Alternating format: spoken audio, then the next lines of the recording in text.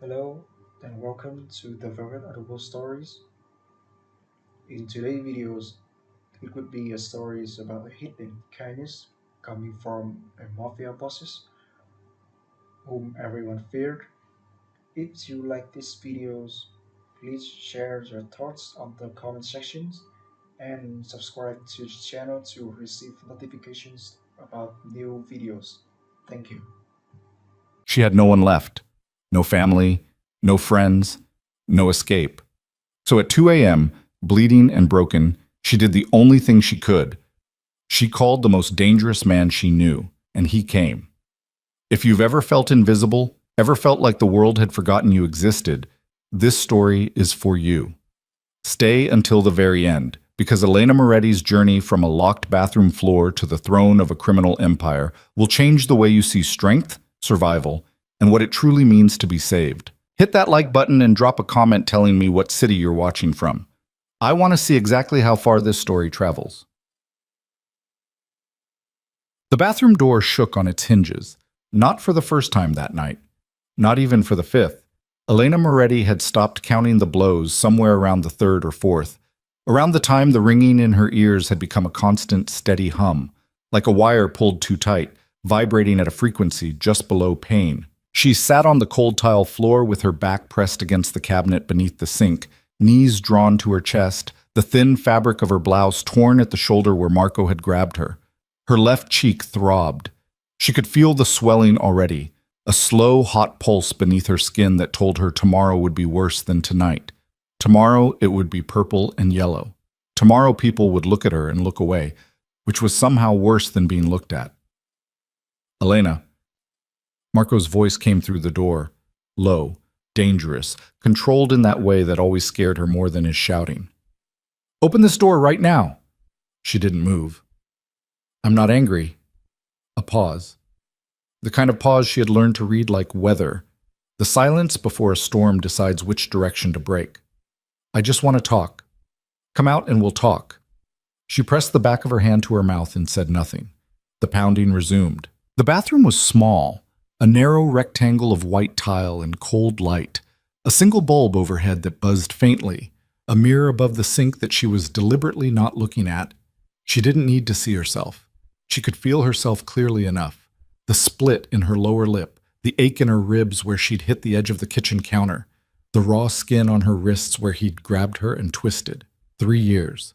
3 years of this particular education, and she still hadn't learned the most basic lesson, that it never got better.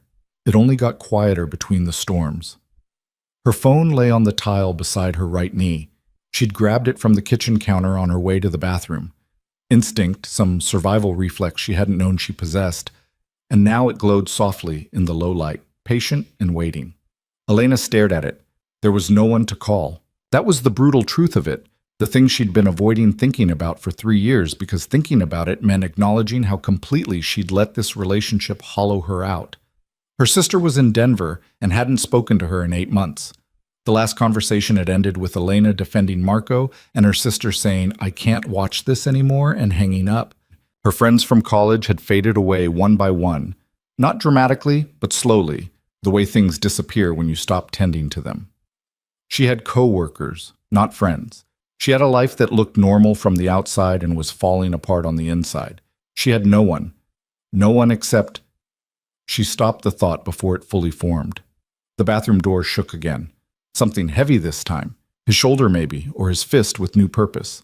The frame creaked. Elena picked up the phone. Her hands were shaking so badly that it took her 3 tries to navigate to her contacts. She scrolled past names she no longer trusted, past her sister's name that she couldn't bring herself to delete, past her landlord and her dentist and the Thai place on the corner, and she stopped. L. DeSantis. Work. She stared at the contact for a long moment. Luca DeSantis was her employer. She'd worked as his personal assistant for 14 months, answering correspondence, managing schedules, coordinating between his various legitimate business interests and the people who ran them. She was efficient and discreet and invisible, which was exactly what the job required. She came in, she did her work, she left. She did not ask questions. She did not look too long at the men who came and went through his offices or the conversations that stopped when she entered a room.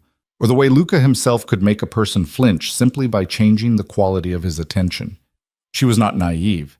She knew what Luca DeSantis was. Everyone in the city knew what Luca DeSantis was.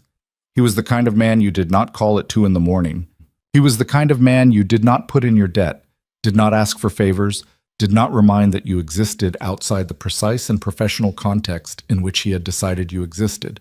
He was the kind of man who operated by a set of rules she didn't fully understand and didn't want to, because understanding them would mean inhabiting a world that she had spent her whole life trying to stay clear of.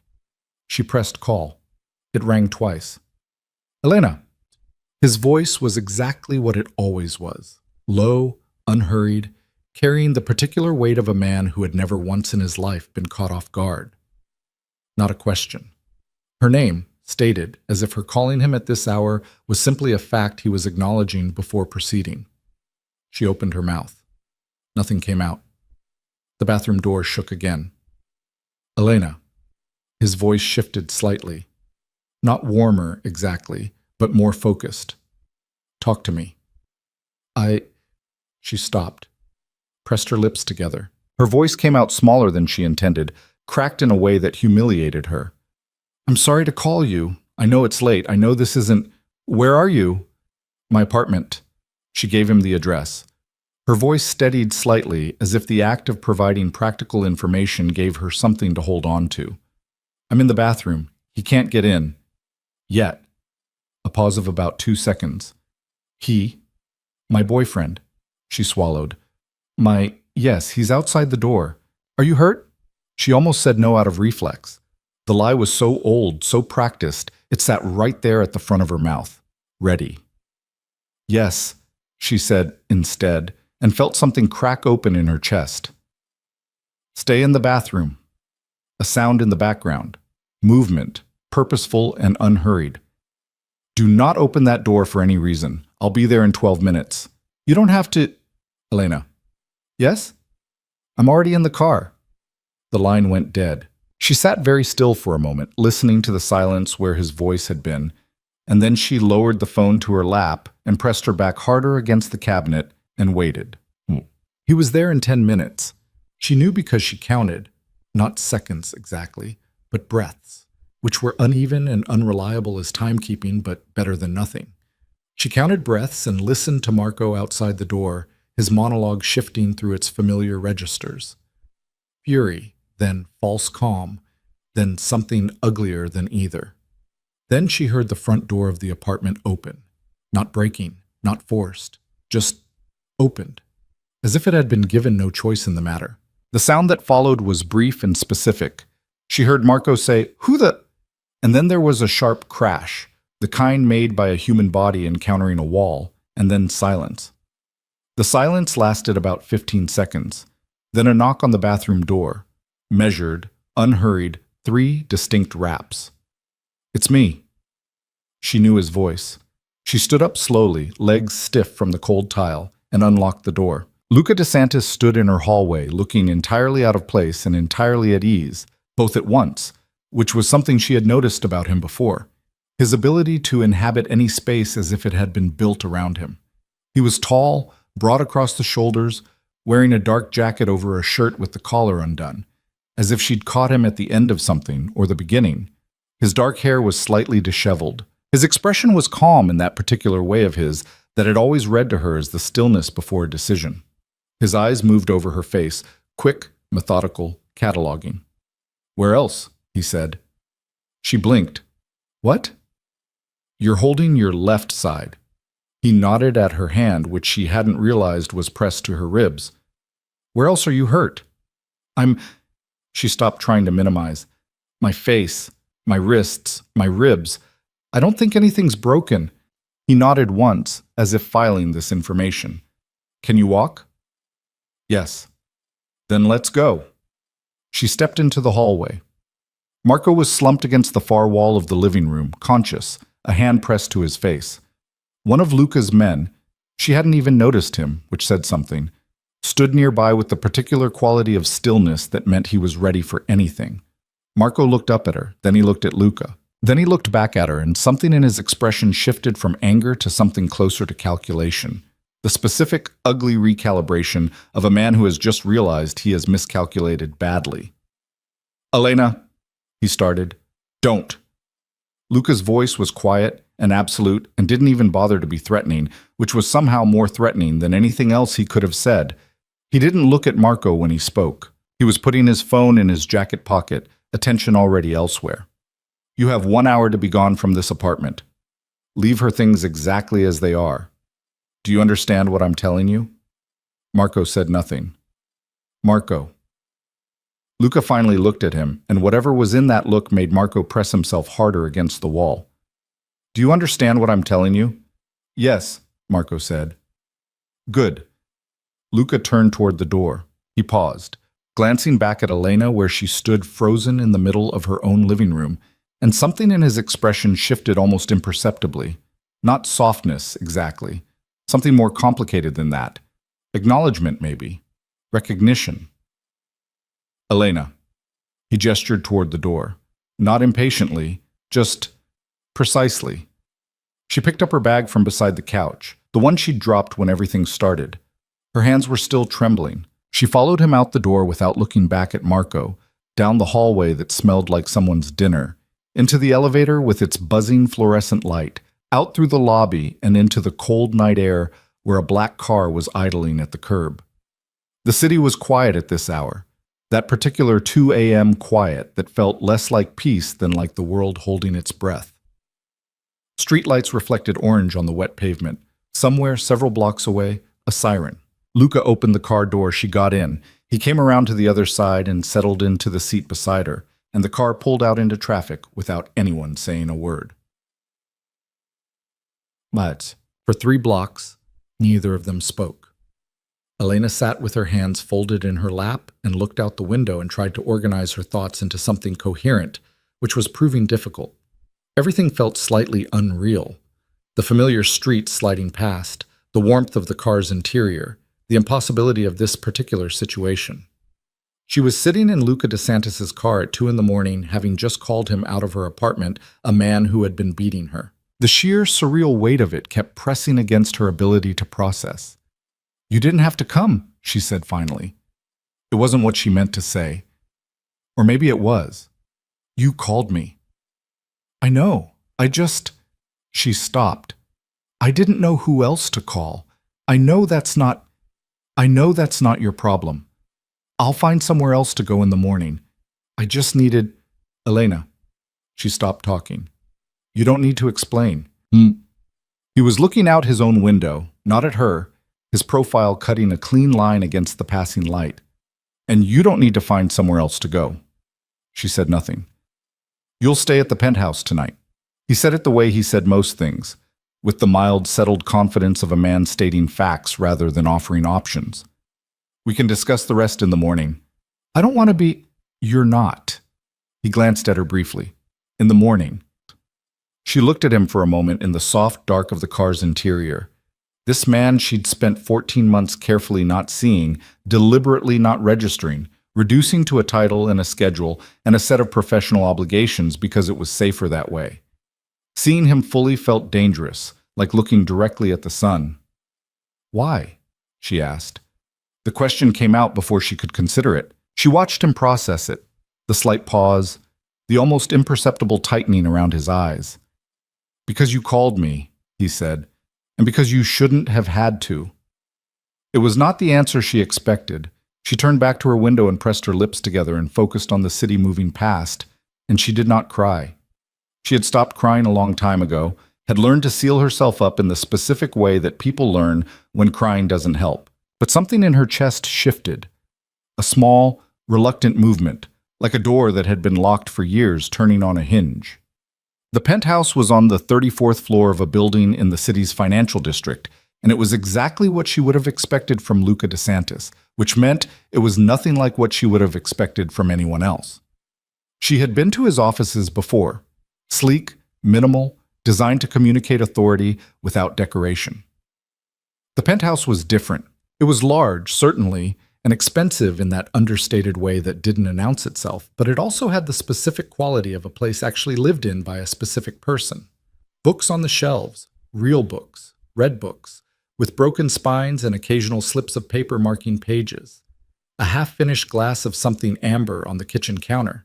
A window that ran the full width of the living room looking out over the city, which at this hour was a field of light stretching to the horizon. A woman appeared, mid-50s, with the brisk efficiency of long employment, who Luca introduced as Rosa. Rosa took one look at Elena, said something sharp to Luca in Italian that Elena didn't catch, and disappeared, returning 3 minutes later with a first aid kit, a glass of water, and the specific expression of a woman who had seen things and had learned to respond with practicality. "Sit," Rosa said to Elena, gesturing at the kitchen island. Elena sat. Rosa worked quietly and competently, cleaning the cut on her lip, examining the bruising on her cheek and wrists with the impersonal efficiency of someone who treated injuries as problems to be solved. Luca stood slightly apart, jacket off now, watching without hovering. "Nothing broken," Rosa said to him in English this time, a concession Elena understood to her. "Ribs are bruised, not cracked. She needs to ice the cheek and rest." "There's a room ready," Luca said. Rosa packed up the first aid kit, gave Elena a look that contained several things she didn't say, and departed. Elena sat on the kitchen stool with an ice pack pressed to her cheek and looked at Luca, who was standing by the window with his arms folded, looking at the city. "I should apologize," she said. He turned his head. "For what?" "For calling you, for involving you in something that isn't—" "Stop apologizing." She stopped. "You work for me," he said, not harshly, more like he was establishing a premise. "That means something." "It means I manage your calendar," she said. "That's not the same as—" "Elena." There was something in his voice, not impatience, but weight. "Stop!" She stopped. He was quiet for a moment, still looking at the city. When he spoke again, his voice was lower, more measured. The voice of a man choosing words carefully, which was not what she associated with him. He was usually someone who spoke with absolute certainty. "How long?" he said. She knew what he was asking. "Long enough," she said. "Why didn't you leave?" Not a question. She considered it anyway. "Because leaving is harder than people think it is," she said carefully. "Because it's never one moment. It's the way it becomes normal. You don't realize it until you're already in it, and by then everything outside it feels—" She paused. "I don't expect you to understand that." "I understand it better than you think." He turned from the window then and looked at her directly, and she was struck again by the quality of his attention, the full, undistracted weight of it. It was uncomfortable and clarifying at once, like stepping into good light. "I've seen what that kind of trap looks like, from the outside." "Your work," she said carefully. He acknowledged this with the slight movement of his head that meant, "Yes, and let's not explore that further. You're safe here. That's what matters tonight. And tomorrow? Tomorrow we'll figure out tomorrow." He straightened, moved toward the hallway. "Rosa put you in the East Room. There's everything you need." He paused. "Do you want me to call anyone? Your sister?" She blinked. She hadn't known he knew about her sister, but then she managed his calendar. He would have seen the family emergency days she'd requested, the fragments of personal information that leaked through the edges of professional life. He noticed things. She'd always known that. "Not tonight," she said. He nodded. "Then sleep. We'll talk in the morning." He turned toward what she assumed was his own part of the apartment. "Luca." The name came out before she planned it. She'd been calling him Mr. DeSantis for 14 months, and the informality felt like stepping off a curb. He stopped, turned slightly. "Thank you," she said. "I know what I asked you to do tonight. I know the kind of man—" She stopped, tried again. "I know what you are, and you came anyway." He was quiet for a moment. Whatever moved across his face in that moment was too quick and too layered for her to read. "Get some sleep, Elena," he said. She did. She woke to daylight and the smell of coffee and the brief, disorientating confusion of unfamiliar surroundings, and then the return of everything that had happened, hitting her in sequence like a series of quiet waves. The bathroom floor, the phone in her hand, his voice. "I'm already in the car." She lay still for a moment, looking at the ceiling, The room was beautiful. Cream walls, heavy curtains that let in morning light in thin, warm strips, furniture that was expensive without performing it. There was a clean change of clothes folded on the chair that she didn't ask about because she was learning that Luca DeSantis's world ran on preparation, and she was better served accepting its provisions than questioning them.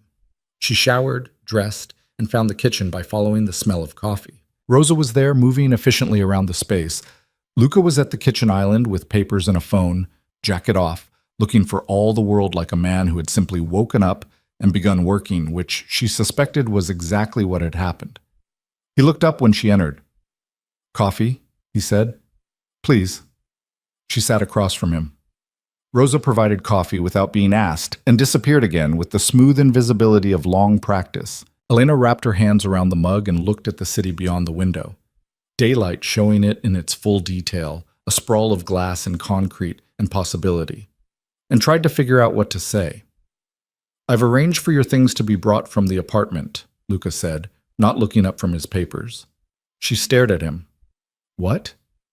"Your clothing, your personal items, whatever you need." He turned a page. "Marco will not be there. He won't be at your apartment again." She thought about asking how he could be sure of that. She decided not to. "I can't stay here," she said. "You can stay here until you have somewhere safe to go." He looked up then. "That's not a negotiation. It's what's happening." "Luca, you're useful to me." He said it plainly, without apology. "You're the best assistant I've had. I'd prefer not to replace you because your personal situation has become untenable." He paused. "And I'd prefer you were safe. Both of those things are true simultaneously." She looked at him for a moment. There was something almost restful about the directness, the complete absence of performative concern or anything that needed to be navigated for subtext. He said what he meant. She'd noticed that about him before professionally. It felt different in this context. "You're telling me I'm a business investment," she said. "I'm telling you the reasons that are easiest to say out loud." He held her gaze for a moment. "There are others." She didn't push. She drank her coffee. "There's something I need to tell you," he said. His tone shifted. Subtle, but she caught it. The quality of his attention changed, became more careful. She set down her mug. "All right?" He was quiet for a moment, seeming to choose his approach. "The work I do," he began, "is not what appears in public record. You know that." "I've always known that." "Then you know that knowing too much can be complicated." "I've been your assistant for 14 months, she said steadily. "I've managed your schedule, your correspondence, your connections to people whose names I've never said out loud. I've never asked a question I didn't need to ask, and I've never repeated anything I've heard. Whatever you think I know or don't know—" She stopped. "I'm not naive, Luca. I chose to work for you knowing what I knew." He looked at her for a long moment. "Why?" he said. "The same reason anyone does anything," she said. "The money was good, the work was straightforward, and I needed to disappear into a job that required so much discretion there was no room left for me to think about my own life." She paused. "That last part isn't something I'm proud of." Something moved across his face. Not quite a smile, but something warmer than what she usually got from him. "Honesty is underrated," he said. "Apparently we're both practicing it this morning." He almost smiled. She filed that away. "There's something happening," he said, his voice going back to that measured, careful register. "Something I've been working on for the better part of a year. A network." He paused, choosing words precisely. "People, powerful people who've been running a trafficking operation through this city. Women. Most of them taken from places where no one will notice them missing." The air in the room changed. Elena went very still. "I've been working to dismantle it," he continued. "Not because I'm a good man. I won't ask you to believe that. But because this operation has been encroaching on my territory, using my city's infrastructure, and leaving a trail of damage that bleeds into everything I'm trying to hold together." He looked at her evenly. "And because some things cross lines that I don't cross." She was quiet, absorbing this. "How many women?" "Dozens that I know of. Possibly more." "And you—" She stopped. "You're telling me this why?" "Because you're in my house," he said simply. And because there's going to come a moment where what I'm doing and where you are overlap. I'd rather you know than not know. Is it dangerous? For me? Being here? Potentially, he said, which she appreciated. The honesty of it, the absence of reassurance. I can keep you protected, but I won't keep you ignorant of what you're being protected from. She looked at him across the kitchen island in the morning light. This man she'd spent 14 months trying not to fully see, who had come to her apartment at 2 in the morning and removed her problem with the same quiet efficiency he brought to everything, who was now looking at her with what she could only describe as respect, or the beginning of it, and waiting. "All right," she said.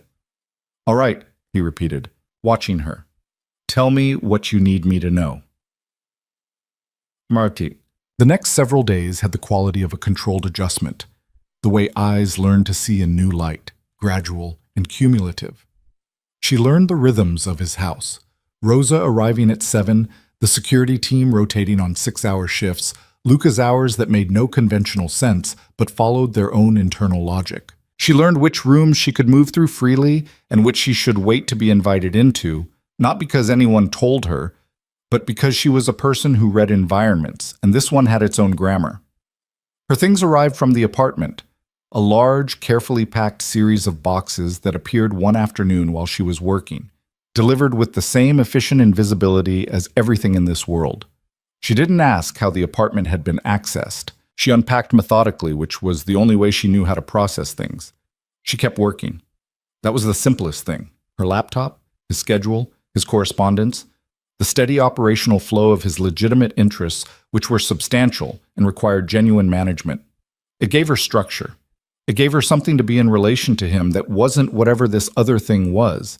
This strange mutual gravity they were both, she suspected, carefully not acknowledging. On the 4th day, he found her in the library, a room she'd discovered somewhat accidentally and had been drawn back to, because the books were genuinely interesting, and because it smelled like paper and silence. She was sitting in the window seat reading something she'd pulled from the shelf, one knee up, barefoot on the cushion. He stopped in the doorway. "Sorry," she said, starting to get up. "Stay." He came into the room and went to the desk in the corner, apparently looking for something. "What are you reading?" She tilted the cover so he could see. He looked surprised for just a fraction of a second. "Kapuscinski. You have good taste." "My father's books, mostly." He found what he was looking for, a folder, and straightened. He didn't leave immediately. Looked at her in the window with that full attention quality again.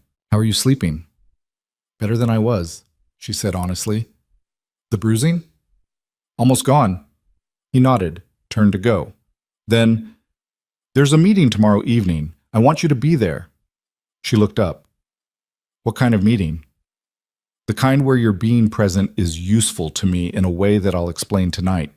He paused. "I'm not asking you to do anything dangerous. I'm asking you to be in a room and remember what you hear." She held his gaze. "That's what I do." "Yes," he said. "That's exactly what you do."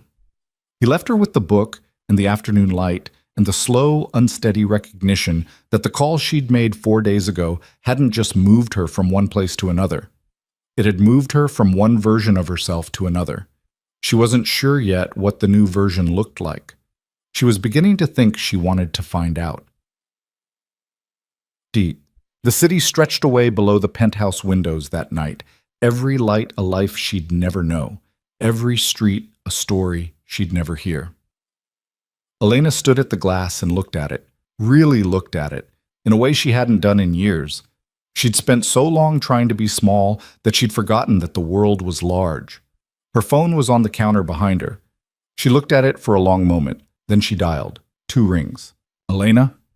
Her sister's voice, surprised, cautious, the particular caution of someone who'd been burned before and wasn't sure what this call was yet. "Hi," Elena said. Her voice was steady. She was surprised by how steady it was. "I know it's been a while. I wanted you to know." She stopped, started again. "I'm okay. Things have changed. I'm somewhere safe." She paused. "I'm sorry it took me this long." The silence on the other end was brief. Then, "Elena." Her sister's voice cracked slightly. Oh, thank God. She stood at the window and talked to her sister for 20 minutes, which was 20 minutes longer than she'd managed in almost a year. And when she hung up, she stood there for a little while longer, looking at the city, feeling something return to her that she hadn't known was gone. Not safety, exactly. Something better than safety. Something that felt, tentatively and improbably, like herself. The meeting was tomorrow. There were things she didn't know yet, and things she was only beginning to understand. The city outside the window held its breath, the way it always did at the edge of something. And inside the penthouse on the 34th floor, Elena Moretti folded her arms and looked at her reflection in the dark glass and barely recognized the woman looking back. She wasn't sure yet whether that was a warning or a promise. Maybe, she thought, it was both. The meeting was held in a private room on the 14th floor of a building that officially housed an import consulting firm and unofficially housed whatever Luca DeSantis needed it to house on any given evening. Elena had been in many of his professional spaces, the main offices on Meridian Street, the conference suite in the Harlow building, the quiet back room of the restaurant on Vesta Avenue where he occasionally met with people whose names never appeared in correspondence. She had a practiced ability to read rooms quickly, to identify the geography of power in any given space, who sat where, who deferred to whom, what the silences meant. It was a skill she'd developed without knowing she was developing it, the way you develop certain muscles simply by moving through the world in a particular way. This room was different. It was smaller than she expected and darker, and the 6 men already seated around the table when she and Luca entered had the specific quality of men who were being extremely careful to appear relaxed. She recognized 2 of them, faces she'd seen in passing through Luca's offices, names she'd typed into schedules without context. The other 4 were strangers, and 3 of those 4 had the practiced blankness of professional danger. The 4th was watching her. He was perhaps 50, heavy-set, with the kind of groomed respectability that expensive suits and careful grooming can produce, the surface impression of a legitimate businessman, if you didn't look at his eyes. His eyes were doing the thing that certain men's eyes do when a woman enters a room. Cataloging, assessing, deciding what category to assign her to. She'd spent her life being placed in the irrelevant category by men like this, which was, she had learned, occasionally useful. "Gentlemen," Luca said, settling into the chair at the head of the table with that unhurried authority she was becoming accustomed to. "Thank you for coming." He didn't introduce Elena. She took the chair slightly behind and to his right. Not at the table exactly, but present. A position that said assistant clearly enough that the men around the table filed her into their mental furniture and moved on. The heavy-set man's gaze lingered a moment longer than the others before he too looked away. She opened her notebook. The meeting was on its surface about real estate, port development, warehouse leasing, something about container logistics. The language was technical and dense, and she wrote it down with the same careful neutrality she brought to all of Luca's meetings. But she was also listening to the other language. The one beneath the words, in the pauses and the deflections, and the particular way certain men looked at other certain men when specific topics arose. And she was learning something. The heavy-set man, introduced only as Renner, kept redirecting. Whenever the conversation moved toward the southern warehouse district, toward the specific pier that came up 3 times in oblique reference, toward the logistics company called Albatross Freight, whose name appeared on 2 of the documents on the table, Renner would speak, and the conversation would veer. Smoothly. Practiced. The way water redirects around a stone. He was protecting something. She wrote Albatross, Southern Pier in her notebook in the margin, small enough to be invisible to anyone who wasn't looking for it, and kept her face exactly as neutral as it always was. 40 minutes later, when the meeting concluded and the men dispersed into the building's various exits, she and Luca rode the elevator down in silence. His driver pulled the car around. The city moved past the windows. Late evening now, the streets transitioning from the end of one world into the beginning of another. "Albatross Freight," she said. He turned his head. "He moved every time someone got close to it," she continued. 3 times. The southern pier, he let the northern warehouses go without a fight, but the southern pier, he kept pulling attention away from. And the documents on the table, the 3rd one down had a routing code on the header that the others didn't. I didn't recognize the format. Luca was looking at her with an expression she hadn't seen from him before. Not surprise exactly, Something more like the specific attention of a person who has just received information they already suspected was true about someone, now confirmed. You saw all of that, he said. I see everything, she said. I always have. I just never had a reason to say it out loud. He was quiet for a moment. The routing code. Do you remember it? She recited it from memory. He took out his phone and typed something, put it away. Looked out the window with that particular focused stillness of his, and she understood that something she'd said had connected to something he already knew, had completed a circuit she hadn't seen the full shape of. You're wasted managing my calendar, he said finally. Probably, she agreed. Something that was almost amusement moved across his face. He didn't quite smile. She was starting to believe that Luca DeSantis's full smiles were rare enough to be significant, but the quality of the air between them shifted slightly, like a change in pressure before weather. I need to tell you more, he said, about what this actually is. I know. Tomorrow morning. I'll be there. They rode the rest of the way back in the particular silence of two people who have just recalibrated their understanding of each other, and she sat with the feeling, strange, new, something she didn't have immediate language for, of being seen. Not the way Marco had seen her, as territory to be controlled, defined, diminished. Something else. The way a person sees another person when they stop performing and start paying attention. She looked out her own window at the passing city and thought about the name she'd written in the margin of her notebook and felt the first faint stirring of something she hadn't felt in a long time. Purpose. The next morning, Luca told her everything. They sat at the kitchen island with coffee and the city bright and distant behind him, and he laid it out with the same precision he brought to all things, methodical, honest, without drama. An organization called the Meridian Syndicate had been operating a trafficking network through the city's port infrastructure for the better part of 3 years. Women, mostly young, mostly from places where their disappearances created minimal institutional response. Recruited under fraudulent employment contracts, moved through a system of safe houses and transit points, processed through shell companies whose paper trail was sophisticated enough to deflect casual investigation. Renner, she said, he's a logistics coordinator. Middle management. There was something in Luca's voice, a measured contempt, carefully contained. The people above him are better insulated. That's what we've been working to get to. The routing infrastructure. The way the network moves its cargo. He used the word cargo the way some people use certain words when they can't stomach saying the real one. It all runs through a central hub. We know it's in the southern port district. We haven't been able to confirm the specific location. Albatross Freight, Elena said. That's the shell we've been watching. But there are 3 warehouses associated with that company's logistics chain. We need to know which one is active. He looked at her. What Renner was protecting last night. That tells us something. But not enough. She turned her coffee mug in her hands, thinking. He'll be at the Delancey event on Thursday, she said. It's in your calendar. The Harlow Foundation dinner. He's on the attendee list. I added his name 2 weeks ago.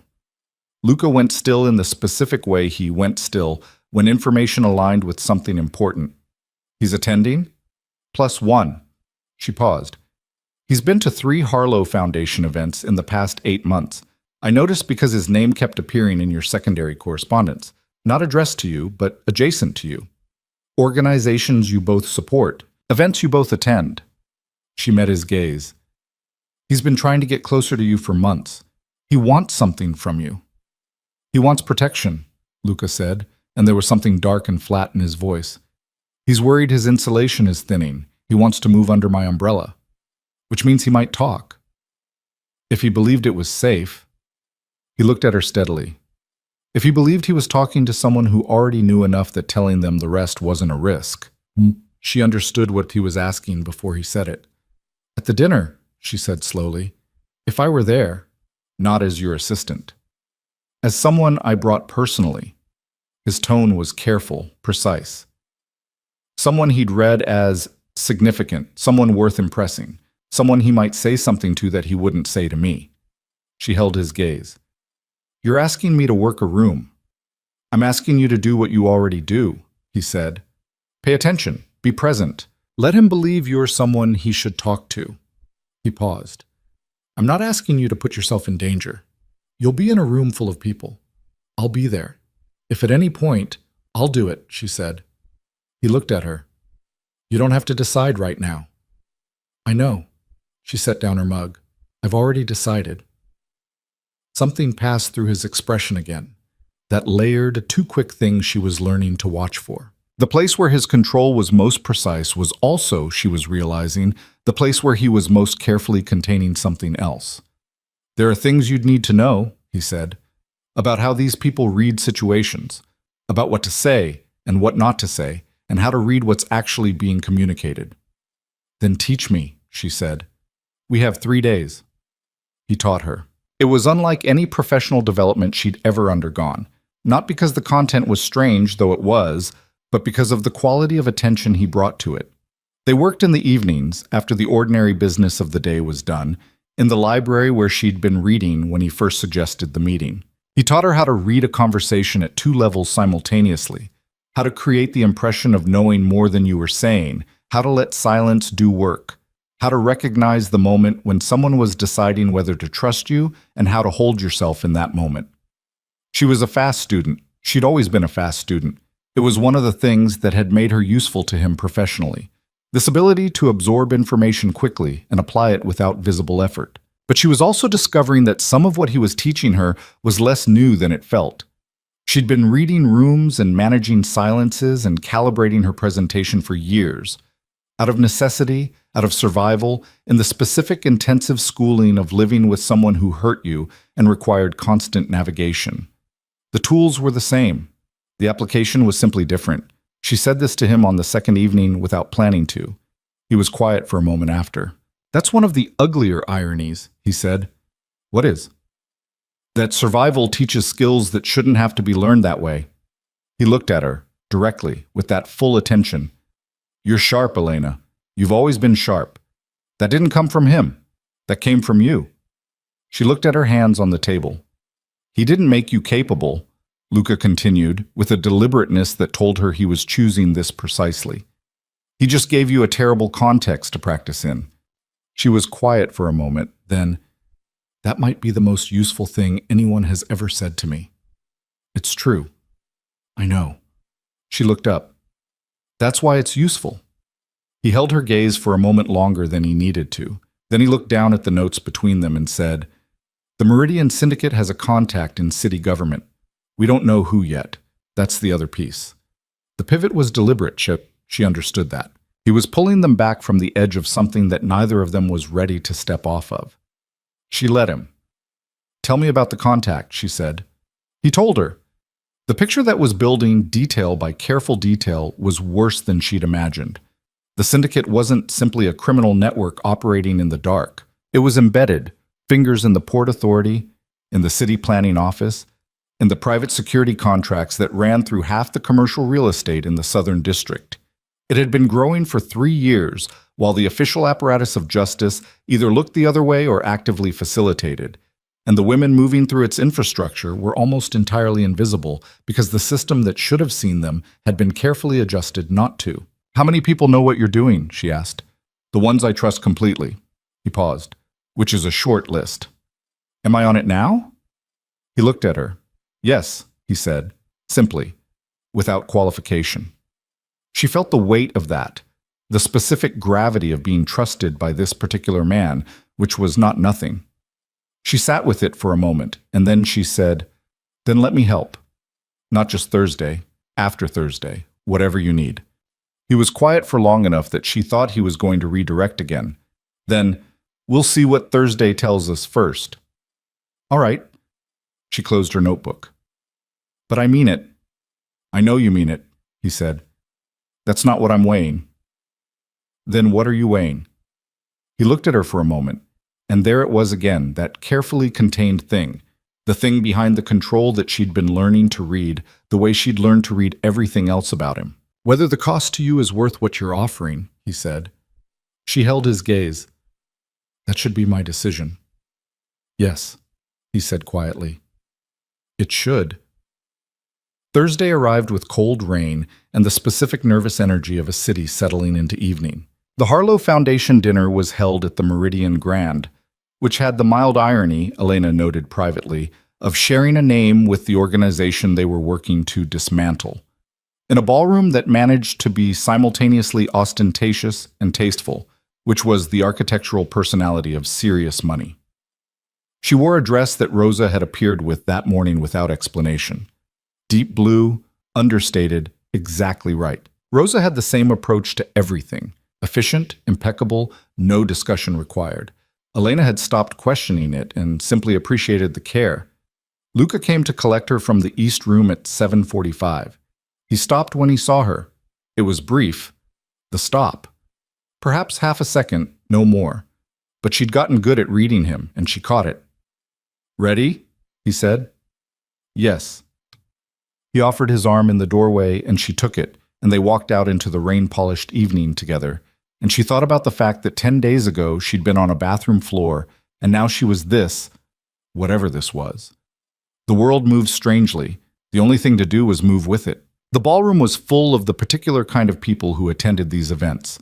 Money and ambition in equal proportion, the occasional genuine philanthropist, the professional socialites, the politicians who needed to be seen supporting good causes, the businessmen who needed to be seen alongside politicians. Elena had attended events like this before, peripherally, in her professional capacity. Being in them rather than beside them felt like stepping from the wings onto a stage. She kept Luca's pace. She smiled at the right moments and listened more than she spoke, and she found Renner within 4 minutes of their entrance, heavy set and groomed, holding a glass of something red, already watching Luca from across the room with the particular hunger of someone who wants something and is calculating approach angles. 3:00, she said quietly, leaning slightly toward Luca. "I see him." "He's going to come to you within the next 20 minutes, she said. "He's been working up to it. He'll want a moment, something one-on-one. Don't give him one." She felt Luca's slight pause, the same way she felt when she'd said something that recalibrated him slightly. "Why not?" "Because he'll perform for you," she said. "He'll give you what he thinks you want. Let him perform for me instead. He doesn't know how to calibrate for me. I'm new information. People say more to new information." Another pause. "All right," he said.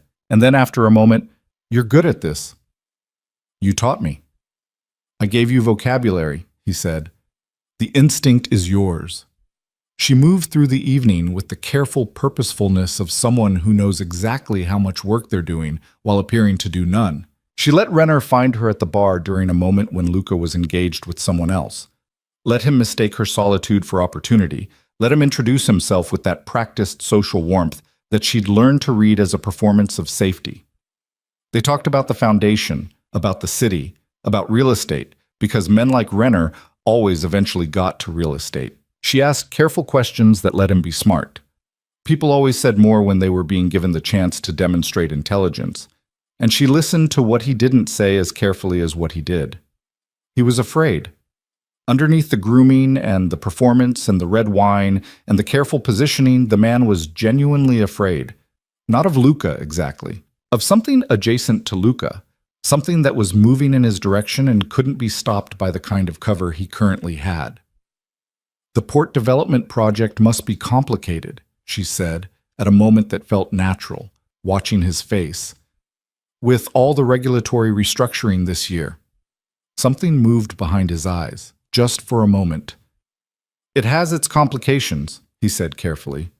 "The Southern District especially," she said, and watched him go very still. "The infrastructure there is older, harder to work with." He looked at her for a moment, reassessing. She could see it happening in real time, running a quick calculation about who she was and what she knew and what it might mean. "You follow port development?" he said. "I follow things that matter to people I care about," she said simply.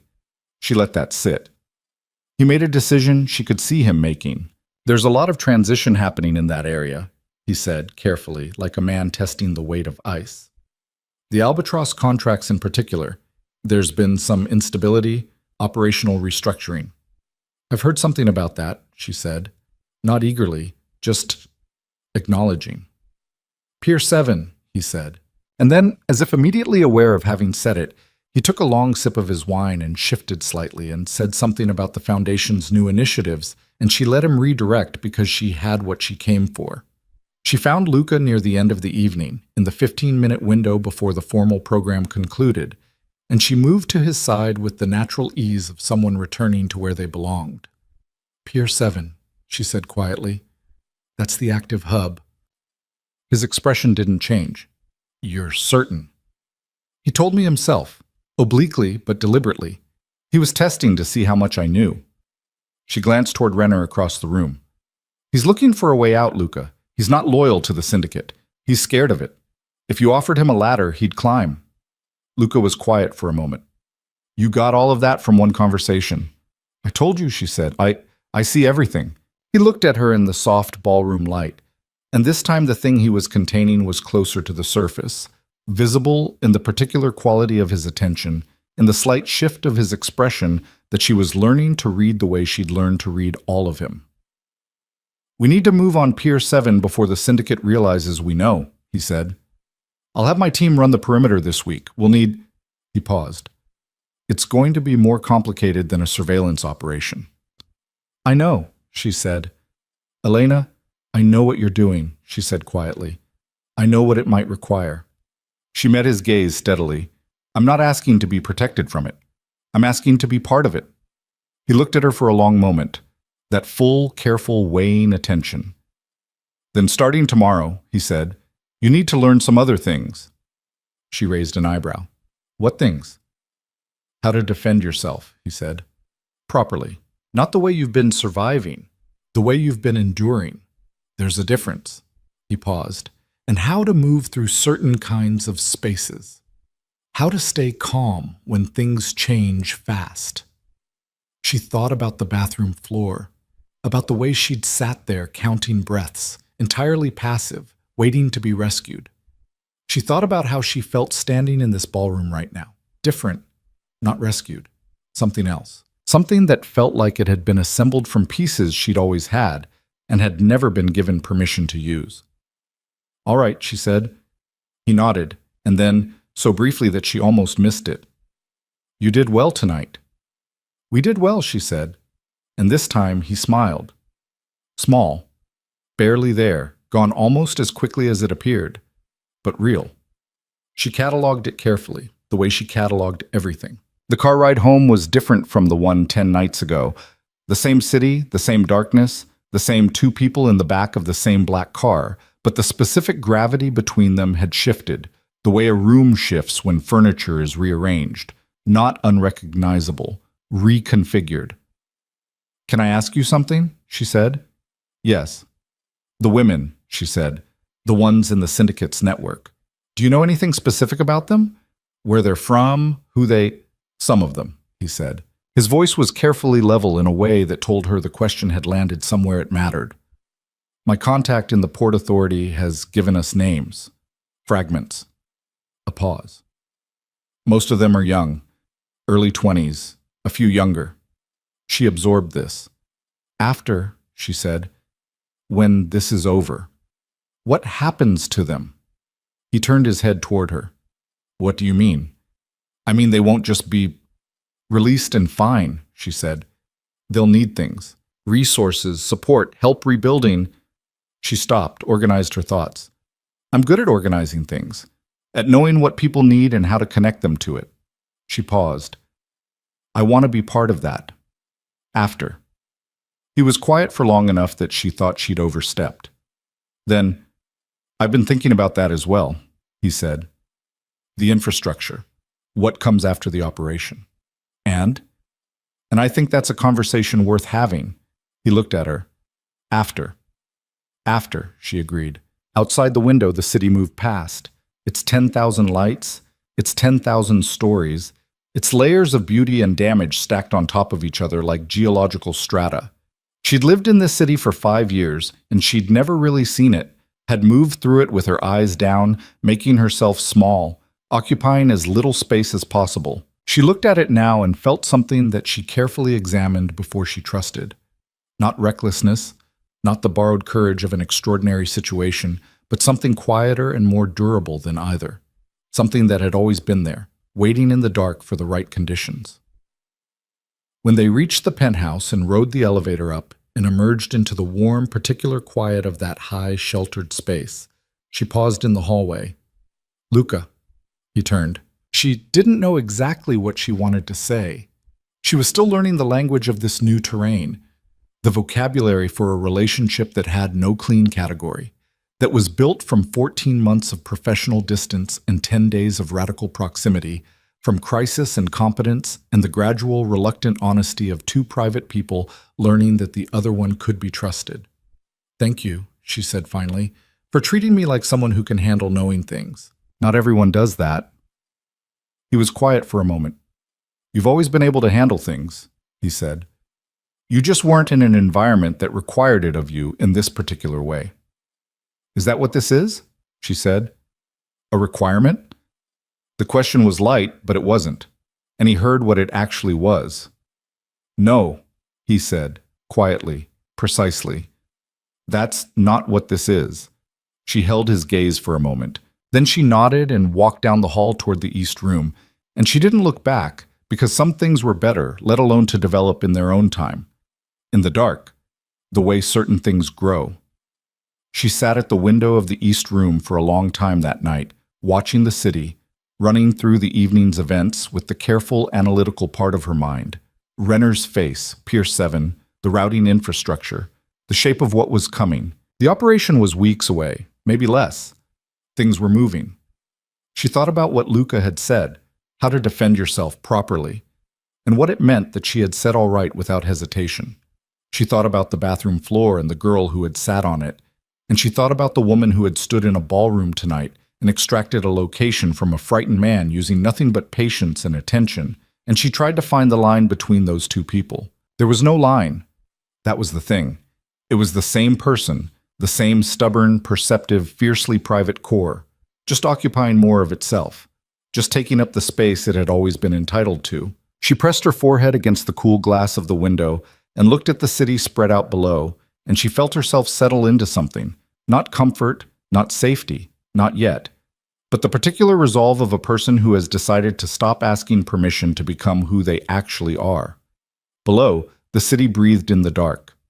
Above it, on the 34th floor, Elena Moretti closed her eyes and felt, for the first time in years, entirely awake. The training began the morning after the Harlow dinner, before the city had fully decided to wake up. She found Luca already in the building's lower level, a space she hadn't known existed, accessible through a door off the parking structure that required a specific keycard she found on the kitchen counter with her coffee that morning. No note, no explanation. The room was large and clean and functional. Mats on the floor, a heavy bag in the corner, a wall of mirrors that she deliberately didn't look at immediately, because she had a feeling she would need to be ready before she looked at herself in that particular context. Luca was there with a man named Cord, broad, quiet, with the kind of physical economy that told her he'd spent most of his life learning exactly how little movement was required to achieve any given result. Cord trained Luca's security team. He looked at Elena when she came in with the specific neutral assessment of someone who has been told to do a job and is determining what that job actually entails. "What do you know?" Cord asked her. "Nothing useful," she said. He nodded as if this were the best possible answer, and they started from there. The first week was humbling in the specific way that beginning anything is humbling. The collision between what you understood intellectually and what your body could actually do. She learned how to fall without hurting herself, which was the foundation of everything else. And she learned that she had been falling wrong her entire life.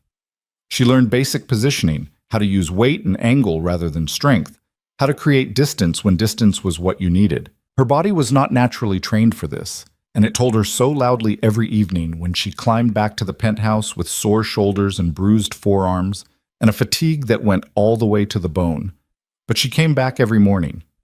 She came back because of something Cord said at the end of the second session when she'd gotten her footing wrong for the fourth time trying the same movement. The problem isn't your body.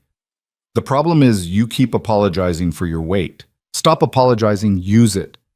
She'd stood there for a moment processing that, and then she'd tried it again, and something had clicked. Not just physically, but in some deeper, less nameable way. She was done apologizing for what she occupied. Luca trained alongside her on some mornings, not instructing her, just present, doing his own work in the same space.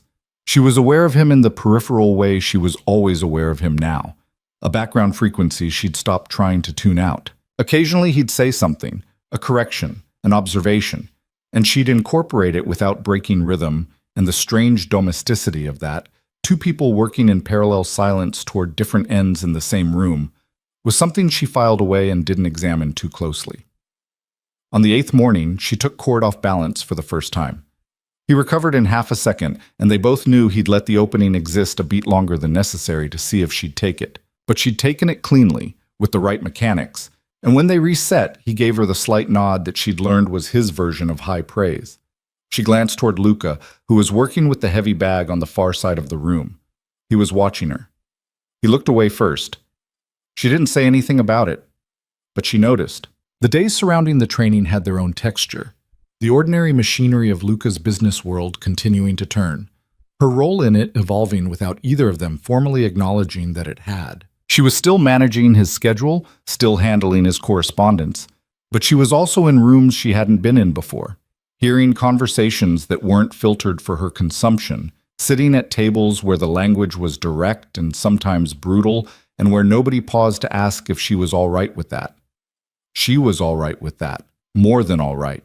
She was learning the architecture of his empire, not just its official face, but its actual structure, the load-bearing walls and the pressure points, and the places where stress accumulated.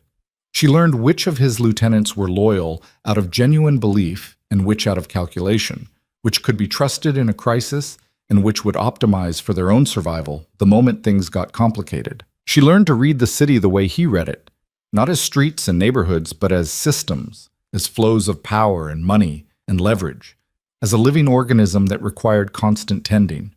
It was on the 11th day after the Harlow dinner that everything began to move. She was in the library. It had become her room within the penthouse, the place she defaulted to when thinking needed doing. When Luca came in at nearly midnight with a specific look on his face that she'd only seen twice before, and both times it had preceded action. "We have a timeline," he said. She closed the book. "Tell me." He sat across from her, leaning forward with his forearms on his knees, and he spoke with the compressed precision of a man who had just processed a great deal of information and distilled it to its essentials. The surveillance of Pier 7 had confirmed it as the active hub. The syndicate was moving a significant number of women through it within the next 72 hours, a large transfer, bigger than their usual operational cadence, which suggested either a schedule change or a response to pressure from somewhere in the network's chain. "Renner," she said. Luca looked at her. "He talked to me at the dinner," she said. "If the syndicate has any kind of internal security monitoring, if anyone reported back that he'd spoken to someone connected to you, but we thought of that," Luca said. "That's part of why the timeline has compressed. We need to move before they move the operation somewhere else." He paused. "There's also something else."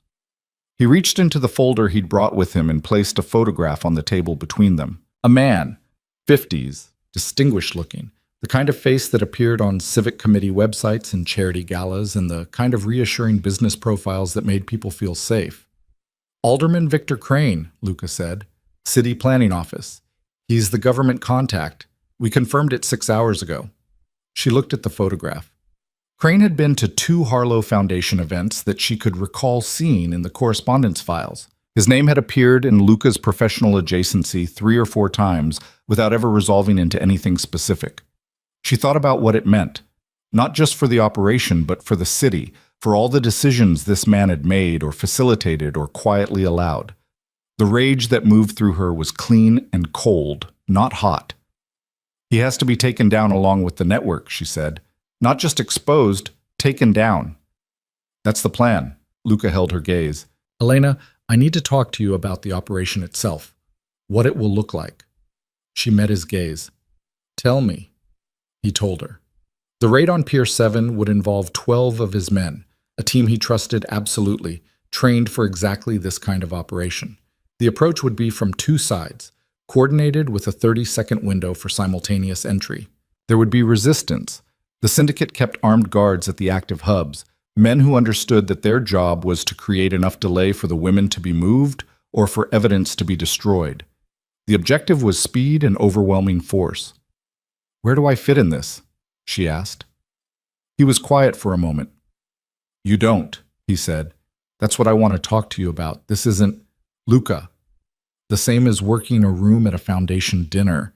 This is a different kind of Luca.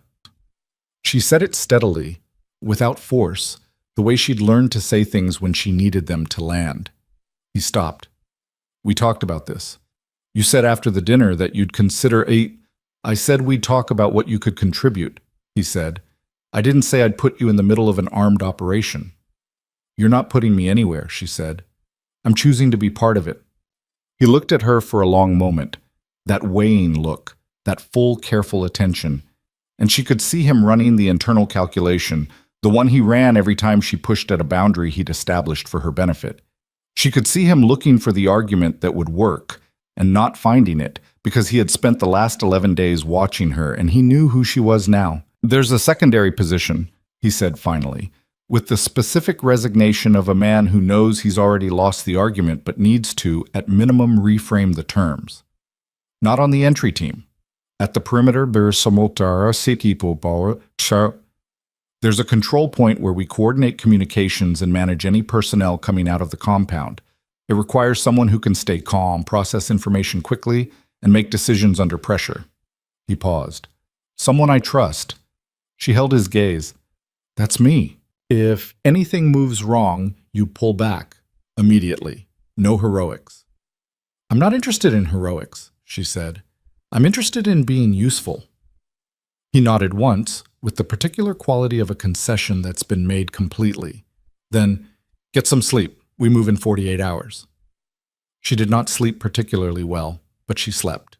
The 48 hours between that conversation and the operation had a compressed, hyper-real quality, the way time moves when something significant is approaching.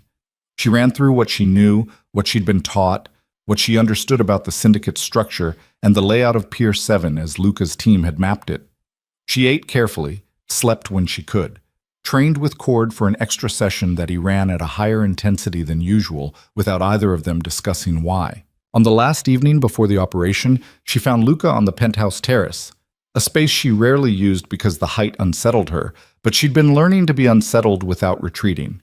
He was standing at the railing looking at the city with the quality of someone running through something in their mind. She stood beside him. For a while, neither of them said anything. There's something I want to ask you, she said. Ask. After tomorrow, whatever happens, the women who come out of that building, she paused. I want to be there, not just for the operation, for what comes next. He turned his head toward her.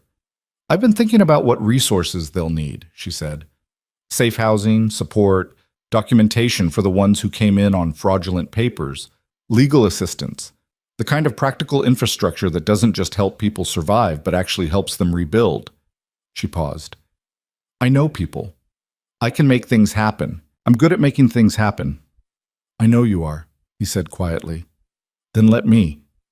He was quiet for a moment, looking back at the city. I've been in contact with an organization that does exactly that kind of work, he said. Women's advocacy, legal support, transitional housing. I've been funding them quietly for 2 years. He glanced at her. I'd been thinking about what it would take to significantly expand their capacity. The right person managing the coordination between my resources and their operation. She looked at him. You've been planning this. Not with you in mind specifically, he said. Then, after a brief pause, initially. The honesty of that, the admission contained in initially, landed with the quiet weight of something significant. She stood with it for a moment, feeling the city wind against her face, the height that she was no longer retreating from. Luca. Tomorrow first, he said. Everything else after. She nodded. Tomorrow first. Tomorrow came with cold harbor air and the particular darkness before dawn that smells like salt and diesel and the edge of things. They were at the staging point, a warehouse 2 blocks from the pier, empty and carefully chosen, by 4 a.m. 12 men and Elena, all moving with the quiet purposefulness of a plan being executed by people who had rehearsed it until it lived in their muscles. She was stationed at the perimeter control point, which was a position at the east corner of the compound's outer fence, elevated on a service structure that gave sight lines to both entry points and the building's main exits. She had a radio, a clear view, and the instruction that her job was to relay communications and flag anything unexpected. Luca found her there in the 2 minutes before the operation began. He looked at her in the darkness, checking, the way he'd been checking since that first night, with the specific attention of someone tracking a thing they care about. "You're steady," he said. It wasn't a question. "I'm steady," she confirmed. He held her gaze for a moment. Then, "We're going in." He started to move. "Luca." He turned. She held his gaze across the dark. "Come back." Something moved through his expression. That close-to-surface thing, fully visible for just a moment in the particular darkness and urgency of 4 in the morning on the edge of something dangerous. "That's the plan," he said. And then he was moving and the operation was in motion, and she turned to her radio and her sight lines and the work in front of her. She heard the breach before she saw anything. Simultaneous entries, the sounds of doors and resistance, and the brief, violent percussion of a plan meeting reality. She tracked it through the radio chatter, relaying, flagging, processing. She was calm. She hadn't known until this moment, with complete certainty, that she would be. She'd hoped, she'd prepared, but you don't know how you'll hold until the moment arrives and asks. She was calm. The first 10 minutes went according to the plan. Then they didn't. She heard it in the radio, a voice she recognized as Luca's second saying, south exit, we have runners." And then she saw them. 3 figures moving fast along the south perimeter fence, headed for the service road that ran behind the compound. 2 of them were syndicate guards. The third was a man in a suit that she'd seen at the Harlow dinner 3 weeks ago, whom she recognized with a cold, precise shock as someone from Alderman Crane's staff. They were going to make the service road. They were going to get to whatever vehicle was waiting there and disappear, and with them went the last link between Crane and the syndicate's operational chain. She was already moving. It was not heroics. She was clear on this as she came down from the service structure and moved along the fence line. She had no intention of confronting 3 men running for their lives. She had a specific tactical objective. The service road gate, which she could see was standing open and which, if she could reach it before they did, she could close and lock with the exterior bolt. 30 seconds. Maybe 20. She ran. She reached the gate with what she later estimated was approximately 4 seconds to spare. Her hands were completely steady. She registered this with a distant clarity. As she swung the gate and threw the bolt, she stepped back and to the side, to the shadow of the wall, and she pressed her back against the concrete and breathed. The 3 men hit the gate at speed. The guard in front slammed into it, registered that it was locked, wheeled. His eyes found her in the shadow. She recognized him a half-second before he moved. One of the syndicate's operational people, someone she'd seen in a photograph in Luca's files. His expression when he saw her was a specific kind of contempt.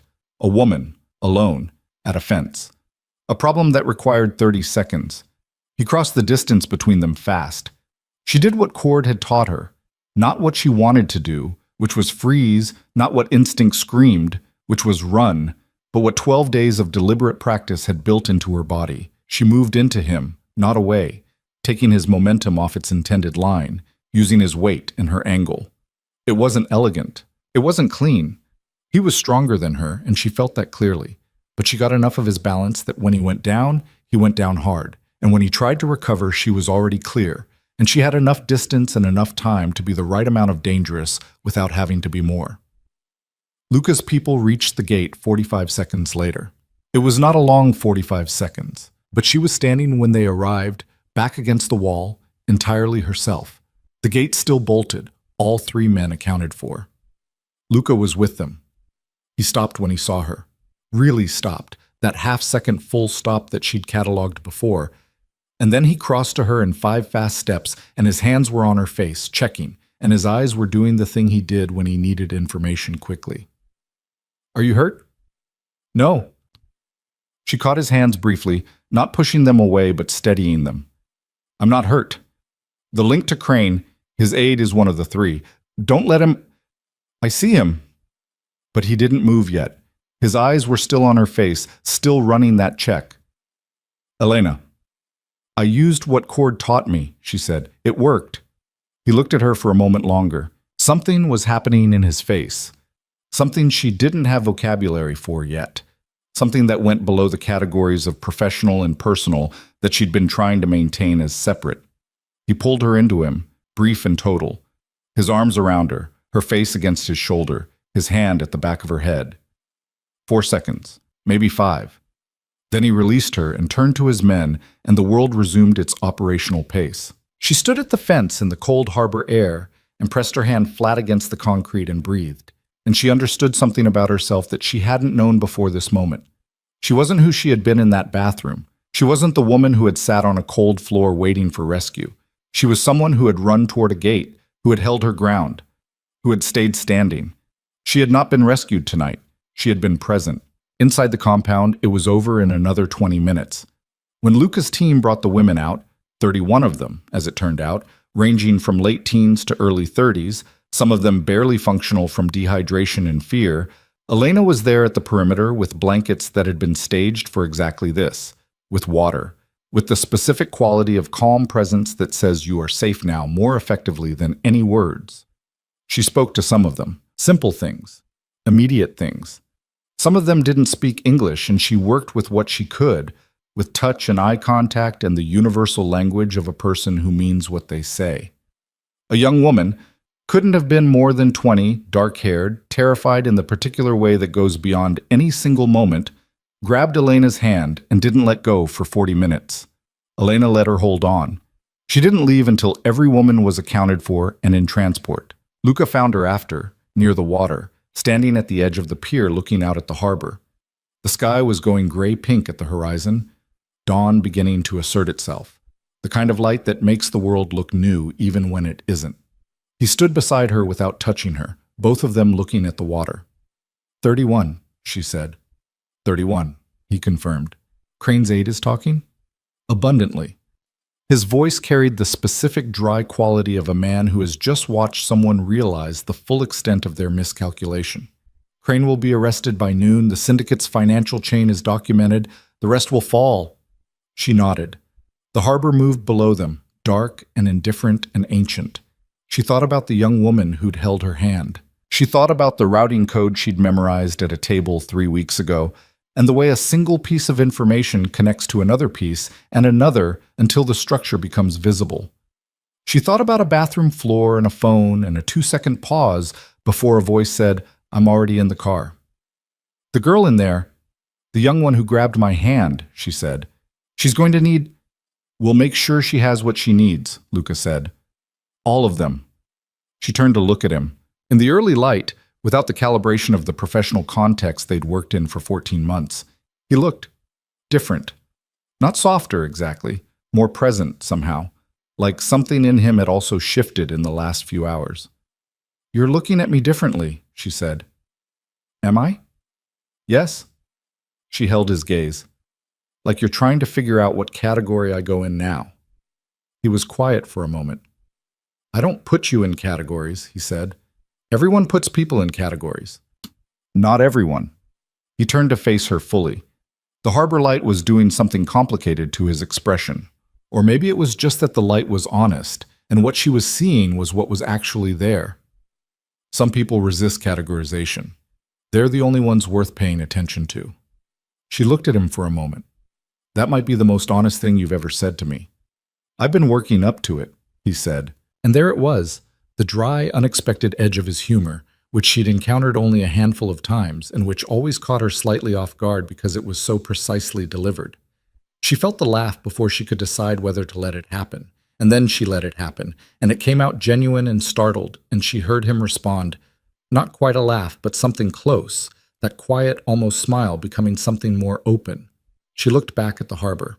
The dawn was coming up fast now, gold spreading across the water, the city beginning to stir behind them. Everything felt simultaneously exhausted and entirely awake.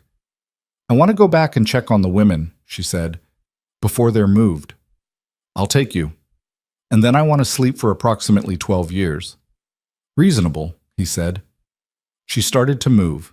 He fell into step beside her, and for a moment, just a moment, the back of his hand brushed hers, the brief, deliberate contact of a person who has decided to acknowledge something, and she let it happen, didn't pull away, kept walking at the same pace. The city was waking up. The sky was getting light. 31 women were being moved to safety, and Victor Crane was about to have the worst morning of his life, and the Meridian Syndicate's infrastructure was crumbling under the weight of what a routing code and a foundation dinner and a locked gate had set in motion. She had run toward danger. She had used her body to protect something. She had stood at the fence in the harbor dark and remained herself. She had not been the girl in the bathroom. She had not needed rescue. What she had been, what she was, standing in this cold, gold dawn with salt air in her lungs, and the man beside her who had answered when she called, was something she was still learning the name for. But she was learning it, deliberately, clearly, without apology. She was awake in the world, and the world was awake around her, and that was enough. For now, that was more than enough. Victor Crane was arrested at 11:47 in the morning. Elena watched it happen on the small television in the penthouse kitchen. A news crew had been positioned outside City Hall, either by luck or by someone who'd known to be there, and they caught the moment in full. Crane in his gray suit walking down the front steps of the building, two federal agents converging from either side with the specific purposeful stride of people executing a plan. He stopped. He looked at the agents with the expression of a man who had been telling himself for weeks that this moment wouldn't come. And then the expression shifted into something emptier as the cuffs went on. She set down her coffee mug. Rosa appeared beside her, looked at the screen, made a sound in Italian that required no translation, and went back to what she was doing. Luca was on the phone in the next room.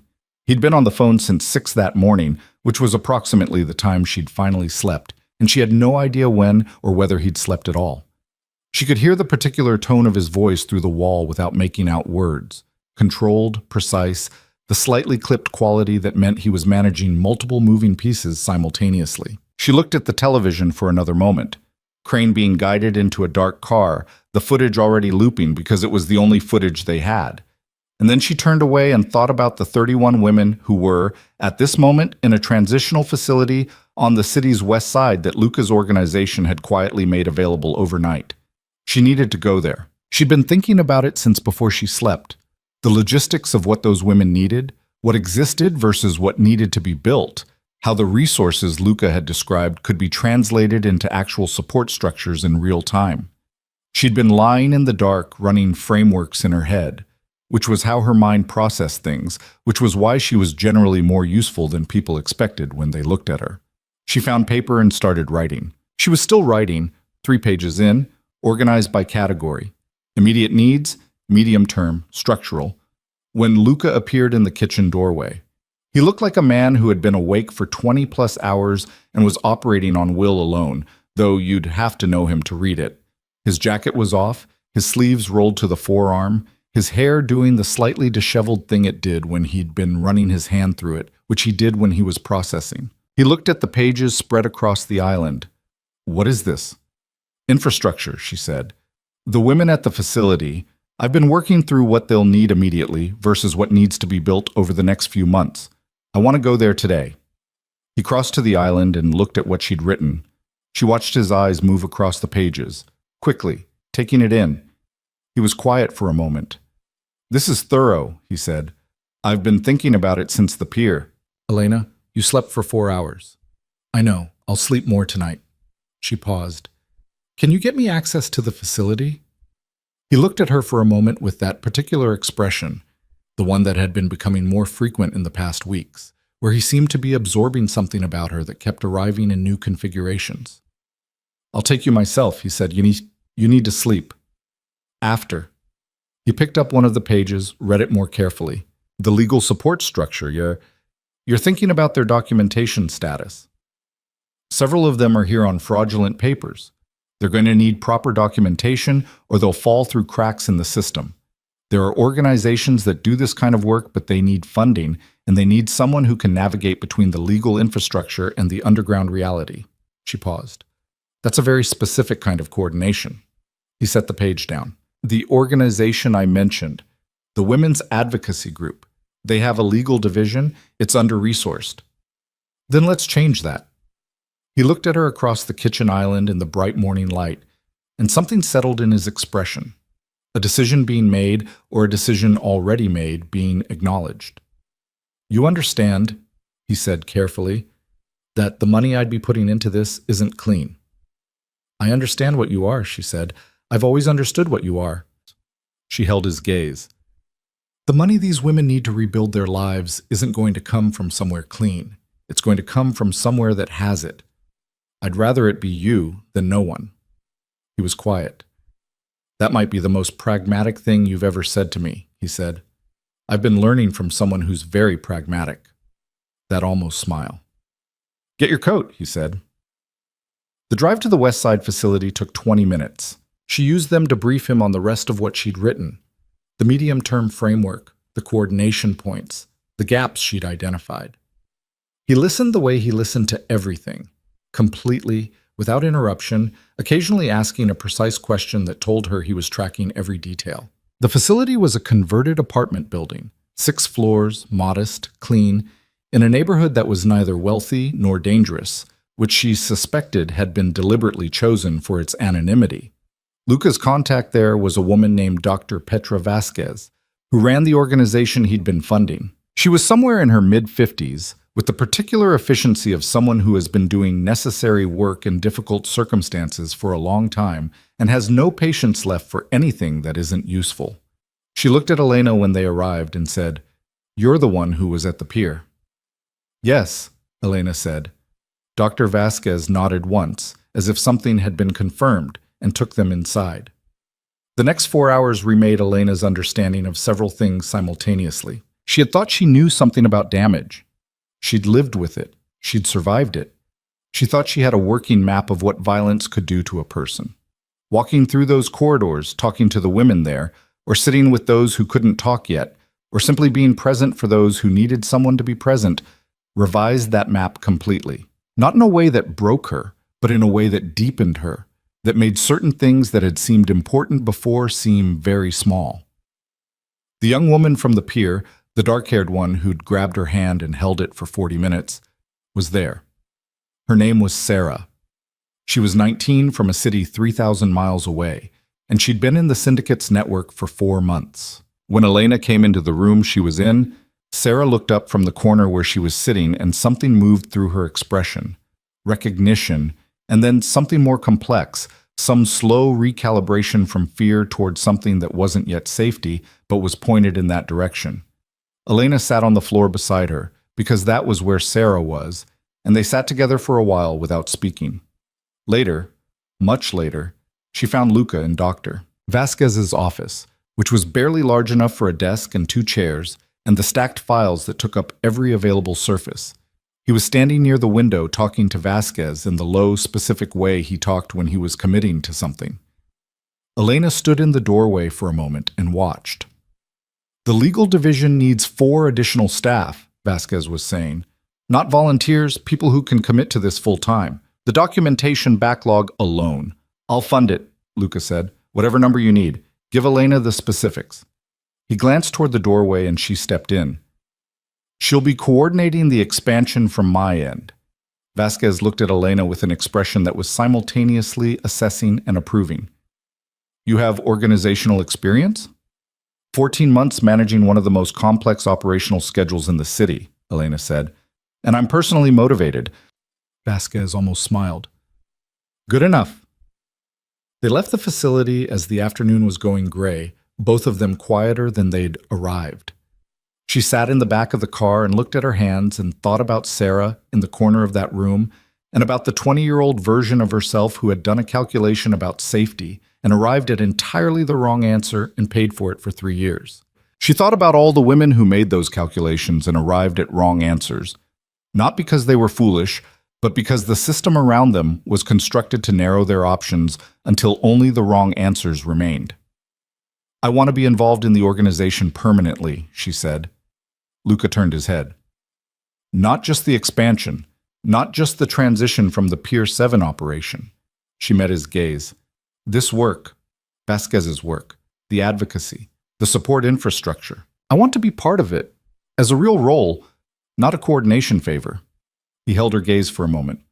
"Elena, you know what your work with me involves, the kind of world we're operating in, the people who know my name and what I do." He paused carefully. "There will be people who'll try to use you because of your connection to me. That's not nothing." "I know." It's dangerous. I know that too. She didn't break his gaze. You protected me when I needed protecting. I'm not asking to be protected from this. I'm asking to be trusted to navigate it. He was quiet for a long moment, the city moving past the windows around them. When I first put you in that position, he said slowly, as my assistant, I did it because you were exceptional at the work and because having someone that efficient and that discreet was invaluable. He paused. I told myself it was entirely professional. She held very still. It was mostly professional, he said, with the specific self-awareness of someone who knows the difference. And then things changed. When did they change? She asked. Her voice was steady, but she was aware of her heartbeat. He considered. The fourth morning at the facility, he said, when you got cored off balance. I was watching from across the room. You didn't know you'd gotten the movement right until it happened. I saw the moment you realized it on your face. And you... He stopped. You looked like yourself. The version of you that had been here the whole time waiting to have room. She sat with that. I've been trying to be careful, he said, about the line between what you are to my work and what... He stopped again, which was notable because Luca DeSantis was not a man who stopped. Luca, she said. Yes. I appreciate the carefulness, she said, but I'd appreciate the honesty more. He turned to look at her directly. Outside the car windows, the city passed in its evening transition, lights coming on, the day's purposes giving way to the night's. I'm not good at this, he said. I want to be honest about that. What aren't you good at? Allowing things to matter. A pause. I've built a world that runs on control, on knowing exactly how much weight to put on any given thing, exactly how close to let anyone get. It keeps things functional. He held her gaze. You've been systematically dismantling that for about 3 weeks, and I haven't tried to stop you, which tells me something. She was quiet for a moment. Is that a complaint? No, he said. It's an acknowledgement. The car pulled to a stop in front of the penthouse building. Neither of them moved immediately. We have a lot of work ahead of us, she said. We do. Let's do the work first, she said, and then we can figure out the rest. He looked at her for a moment.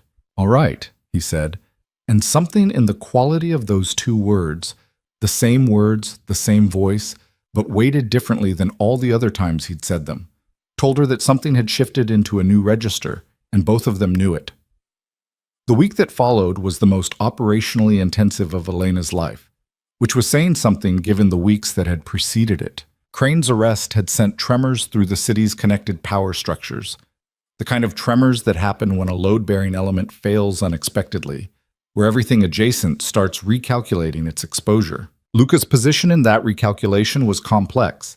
He was neither the instigator of the collapse nor entirely innocent of the world it came from, and navigating the aftermath required exactly the kind of precise, simultaneous management that he did better than anyone she'd ever encountered. She helped him navigate it. She was in meetings she'd never been in before. Not as an assistant taking notes, but as a participant, someone whose read on a situation or a person was being actively solicited. She sat across from men who ran portions of the city's underworld infrastructure, and she read them the way she'd been reading rooms her entire life. And the information she fed Luca before and after those meetings changed outcomes in ways that were specific and traceable. She was also, simultaneously, building the support infrastructure for the women from Pier 7, coordinating with Vasquez, moving funding, connecting legal resources to individual cases. There was a specific, necessary bureaucratic ruthlessness to it, knowing which agencies to pressure and which to go around, which officials could be moved by moral argument, and which required the kind of leverage that existed only in Luca's world. And she had access to all of it, and she used it without hesitation. Sarah got her documentation in 11 days. Elena drove her to the appointment herself. On the way back, Sarah said, in careful, limited English, "You are his wife?" Elena had laughed, surprised out of it. "No," she said. "I work for him." Sarah had looked at her with the specific skepticism of a 19-year-old who has survived things that required reading people accurately. "That is not what it looks like," she said. Elena had kept her eyes on the road. "What does it look like?" Sarah had considered. "Like he is afraid to lose you," she said. "Like you don't know it yet." The conversation had stayed with her. She turned it over in subsequent days the way you turn over something that fits in the palm of your hand, familiar and strange at once. She thought about the things Luca had said in the car. She thought about the way he'd looked at her in the harbor dawn, and the 4-second hold at the pier fence, and the particular quality of his attention that had been different from the beginning, different from the way he looked at anything else in his world. She thought about what she wanted, which was something she'd stopped asking herself a long time ago because the answer had always been either impossible or dangerous. It was on a Thursday evening, 3 weeks after the pier, 2 weeks into the infrastructure work, that the external threat arrived. She was working late in the library when Luca came in with the specific quality of control that meant something had happened that required full management. He sat across from her and told her, without preamble, what it was. A man named Dorian Voss had been running the Meridian Syndicate's upper management. He'd been insulated from Crane and Renner and all the operational layers that had collapsed. Several degrees removed, his connection to the network documented, but not in ways that created immediate legal exposure. He was still free, still resourced, and he had identified Elena as the variable that had destabilized his operation. He knows about the dinner, Luca said. About Renner. He's tracked the sequence. He paused. He's made a communication to certain people in my network suggesting that the disruption of the syndicate originated with my personal situation. The word personal carried a specific weight. He's characterizing you as a liability, a way to get to me. She absorbed this. What does he want? She asked. To rebuild, Luca said. He's approaching other families about the syndicate's vacated infrastructure. He wants to demonstrate that I've been weakened, that having a attachment. He stopped. He's using you as evidence that I've become vulnerable.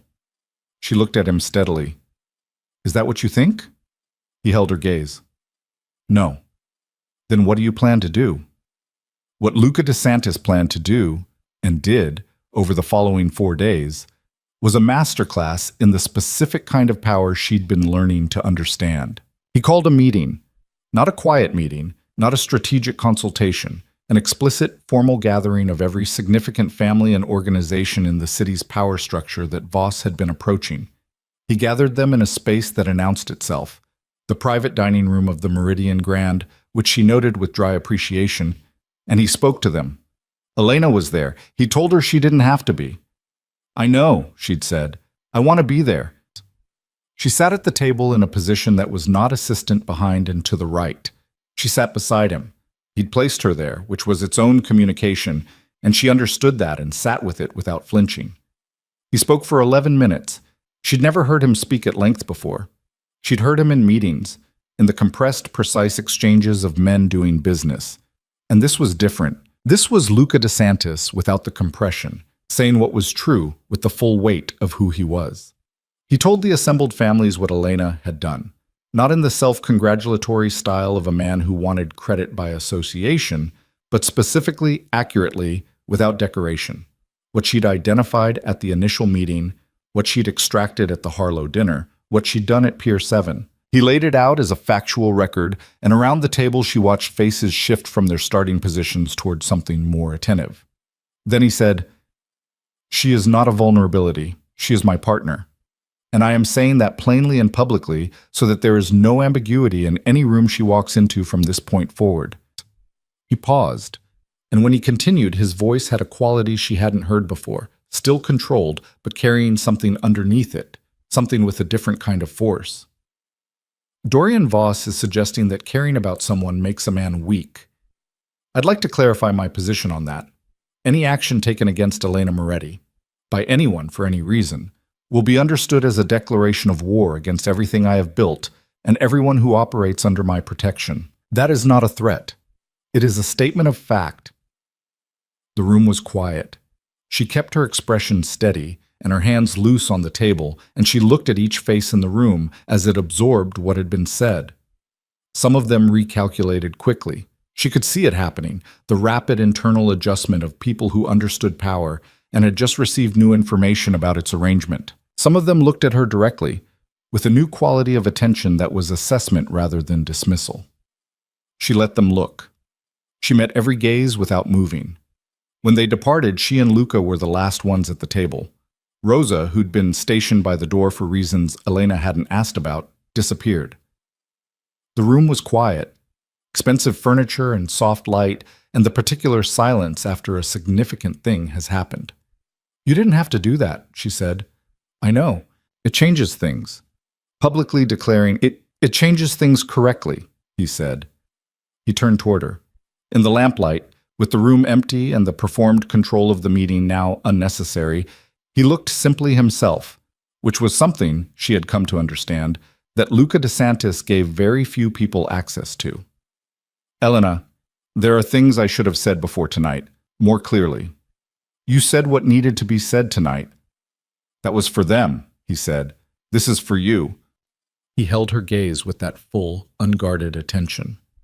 "I've been careful, deliberately, sometimes excessively careful, because I know what I am, and I know what that means for the people close to me, and I have a principled reluctance to ask someone to inhabit that world."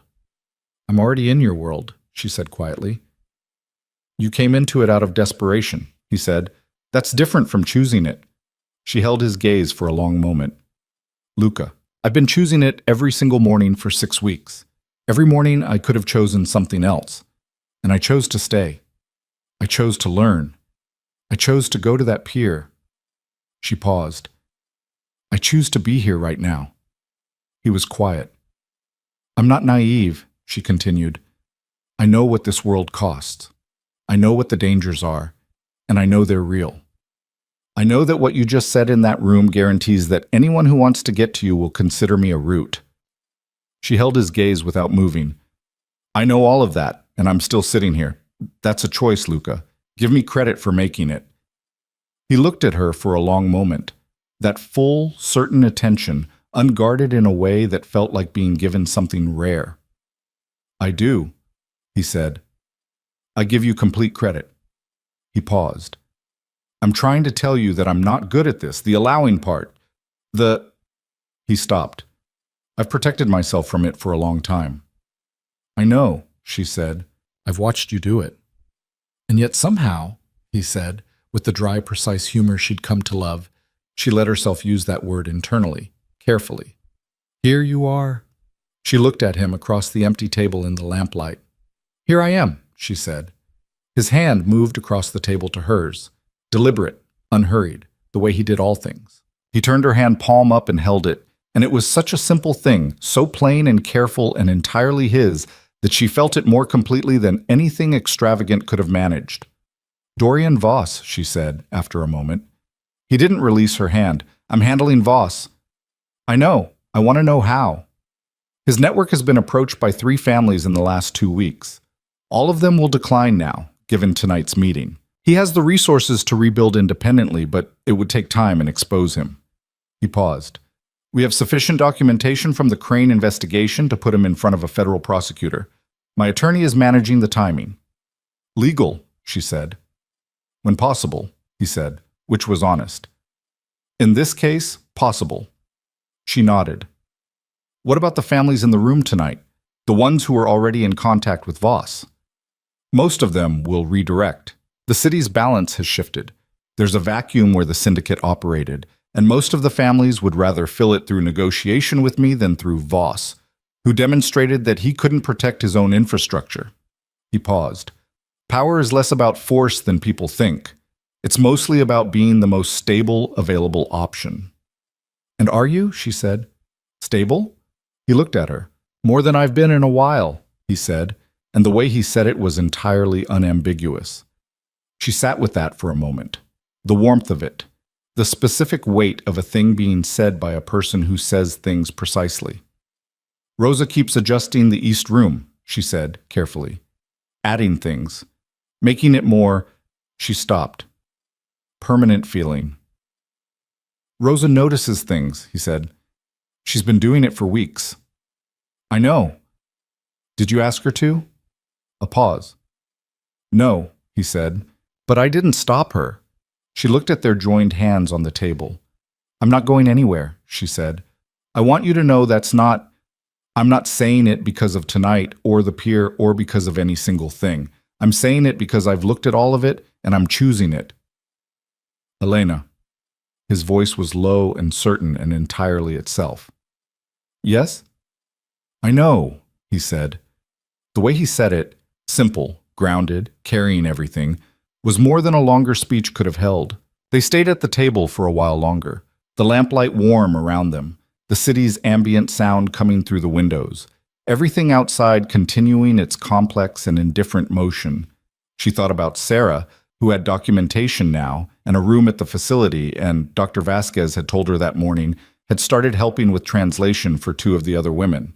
She thought about Vasquez's legal division, which by the end of the week would have 4 new staff. She thought about Crane in custody and Voss's network contracting and the 31 women who had walked out of a compound into a world that was, incrementally and imperfectly, being made safer.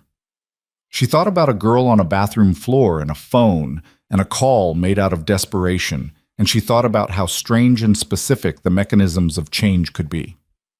How the most significant things often arrive through the smallest doors. I want to check in with Vasquez tomorrow morning, she said. I'll go with you. You don't have to. I want to, he said. Simply. She looked at him across the table. All right, she said. Outside, the city breathed in the dark, complex and dangerous and full of beauty and damage stacked in layers. Inside, in a well-lit room in the Meridian Grand, 2 people sat at a table and held hands and said the true things they meant, and the night moved around them, and the work that remained was large and real, and they were both, in their particular ways, exactly equal to it. Dorian Voss was indicted on a Tuesday morning in early spring, 6 weeks after the meeting at the Meridian Grand. Elena was at the facility when it happened, in Dr. Vasquez's office, working through the logistics of the new legal division's caseload, when her phone buzzed with a message from Luca. 2 words. It's done. She set the phone face down on the desk and sat for a moment with the specific, quiet weight of a thing being finished. Not celebrated, she had learned in the months since the pier that justice in the world she inhabited rarely arrived with fanfare. It arrived like this: a text message, 2 words, a Tuesday morning, the city continuing outside the window without any visible acknowledgement that something significant had been resolved. She picked the phone back up and typed back, I know. Then she returned to the caseload. Vasquez, who missed nothing, looked up from across the desk. Good news? Voss, Elena said. Vasquez made the same sound Rosa made when something satisfied her. Short, decisive, requiring no elaboration, and went back to her files. The legal division had been operational for 4 weeks. It had 4 attorneys, 2 paralegals, and a case coordinator named James, who had the specific, invaluable quality of being able to talk to anyone, regardless of background or circumstance, and make them feel understood. They had processed documentation for 19 of the 31 Pier 7 women. The other 12 were in various stages, some waiting on verification from agencies in other countries, some navigating the particular complexity of having entered the country under names that weren't their own. Sarah's case had been the first closed. Elena had been there when Vasquez handed her the completed paperwork, and she had watched Sarah hold the documents and look at them for a long time without speaking, and she had understood, without needing it explained, exactly what a piece of paper could mean when it was the difference between existing and not existing in the eyes of the world. The work had a texture she hadn't anticipated. She'd expected it to be hard, emotionally, logistically, in the specific way that any significant undertaking is hard. She hadn't expected it to be in its own way the most clarifying thing she'd ever done. Every morning she woke up knowing precisely what the work was for. Every evening she could point to something specific, a case advanced, a connection made, a woman who had options today that she hadn't had yesterday. And it was solid in a way that nothing in her previous life had been solid. She was also, simultaneously, running the coordination between Luca's organization and the expanding network of legitimate institutions that the post-syndicate landscape was making possible. This was more complex work, less clean at the edges, requiring the ability to operate in the gray zone where Luca's world and the official world overlapped and often contradicted. She was good at it. She'd been good at it since before she knew she was doing it, and now she was doing it with full awareness and full authority, which was different in the way that doing anything with full awareness is different. Luca had been watching this evolution with the specific quality of a person who keeps discovering new information about someone they thought they already understood. He'd said something to her one evening. They were in the kitchen, the unremarkable domesticity of a weeknight at the penthouse, Rosa gone for the day, and both of them eating something simple that Elena had made because cooking turned out to be something she did well when she had a kitchen and the space. And the reason? He'd said, I keep thinking I know the extent of what you're capable of, and then you do something that revises that. She'd looked at him across the counter. Is that good or bad? Definitively good, he said. Occasionally humbling. You need more things that humble you, she said. Apparently you've decided to provide them. She'd smiled at that.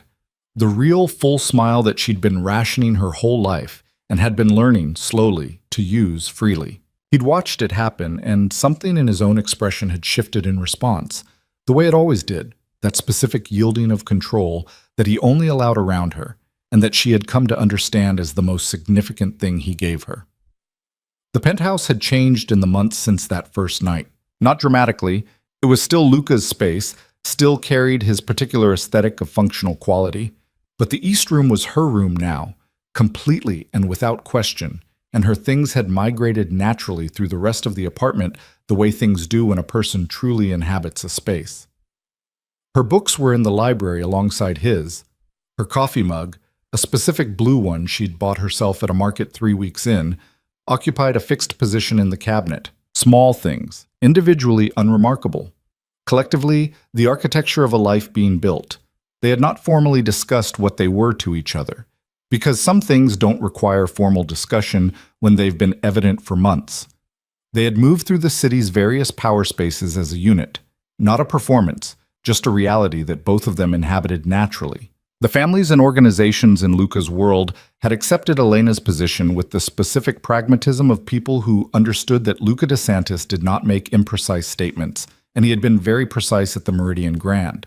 She was his partner. That was a fact that had been stated publicly, which in their world meant it was a load-bearing fact, not a decorative one. What was between them in the private space of the penthouse? The evening conversations in the library, the mornings that started together and diverged into their respective work and occasionally converged again at unexpected points in the day, the way they had learned to read each other's silences as fluently as their speech. This was theirs. Unhurried and certain in the specific way of something that doesn't need to perform itself. It was on a Saturday morning in late spring that everything arrived at its culmination. Elena was in the library. She'd been there since early morning. It was still her thinking room, the place she went when she needed to process something or simply be with herself, which was a need she'd always had and had been learning to honor. She was reading, which she did most mornings that permitted it, but she was also aware of Luca moving through the apartment in the background, sounds she'd learned to read, the specific quality of his presence even at a distance. When he came in, he was carrying 2 coffees, which he set on the table. He didn't sit. He stood in the middle of the room with the quality of a person who has decided to do something and is in the moment just before doing it, fully present, slightly more still than usual. She looked at him over her book. Something happened, she said. No, he said. Nothing happened. I'm here because I want to say something. She set the book down. He was quiet for a moment. The particular quality of his quiet that wasn't hesitation, but preparation, the way he always paused before saying things that mattered. I've been thinking about how I want to say this, he said, and I've decided that overthinking it is counterproductive, and the most honest version is just the plain one. She waited. I want to marry you, he said. Not will you marry me? Not a question, not performed. A statement in his particular way with the full weight of a man who says what he means when he finally decides to say it. I want you to be my wife. I want the life we've been building to be the permanent life. I want... He paused, and something in his expression moved into the fully unguarded register that she only ever saw here, in this room, with her. I want to stop being careful about wanting it. She sat very still. I know what I'm asking, he continued. I know what it means. The world I'm asking you to stand in. I know it isn't clean, and I know it has costs, and I know there are things that come with my name that I can't remove from the equation. He held her gaze with absolute steadiness. I also know that you've looked at all of it.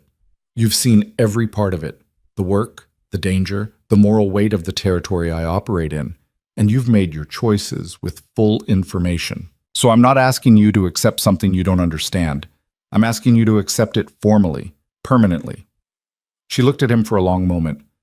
I've been waiting for this, she said. Something shifted in his expression. Have you? Since approximately the Harlow dinner, she said. I didn't know what exactly I was waiting for, but yes. He crossed the room and sat across from her, not on the chair, on the table's edge, closer than usual, and took her hand in the way he had at the Meridian Grand, palm up, deliberate. Is that a yes?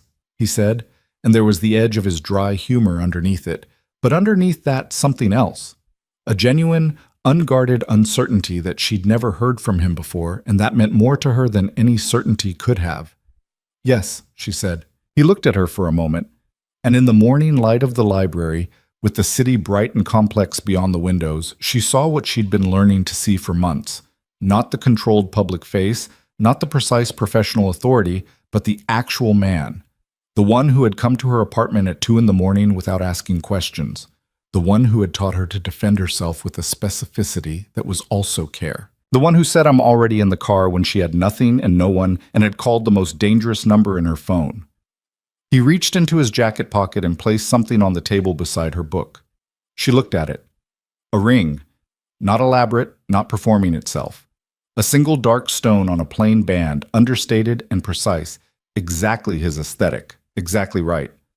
Rosa helped, he said. Of course she did. She was going to come in and do this part herself if I didn't manage it within the week. Elena laughed, the real, unguarded laugh that had become more frequent in these months, that she gave freely now, that was its own kind of thing she'd recovered. She picked up the ring and looked at it, and then she looked at him. Put it on, she said.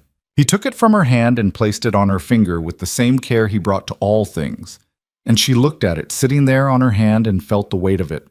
Not heavy, just present. Real. The work isn't going to stop, she said after a moment. No. Vasquez needs 3 more case coordinators by fall. The Southern District's power restructuring still has 3 unresolved pressure points. And I've been talking to a contact at the city's housing authority about a transitional housing expansion that would require… Elena, he said. Yes? I know, he said, with that specific certain quality. All of it. I know. She looked at him. I'm not going to become someone who manages the household and attends events and represents the family without having my own. I know that too, he said. I'd be genuinely alarmed if you did. She sat with that for a moment. You're very easy to say yes to, she said, given that I spent most of my life in situations where yes was the dangerous word. Something moved through his expression, recognition of what that cost, of what it meant that she was offering it. I'm aware, he said quietly. I don't take it lightly. I know you don't. She looked at the ring again, then back at him. That's why I said it. I said… They stayed in the library for a while after that, coffees going warm, the morning moving forward at its own pace, the city doing its endless, complicated work outside the windows. They talked about things both large and small, the fall expansion of the legal division, the housing authority contact she'd mentioned, the specific power restructuring in the Southern District that Luca had been managing with the careful incremental patience that characterized everything he did well. They talked about her sister, who had visited twice in the past 2 months, and who had met Luca with the specific wariness of a person protecting someone they love, and who had departed the second visit with the equally specific quality of someone who had recalibrated their assessment significantly.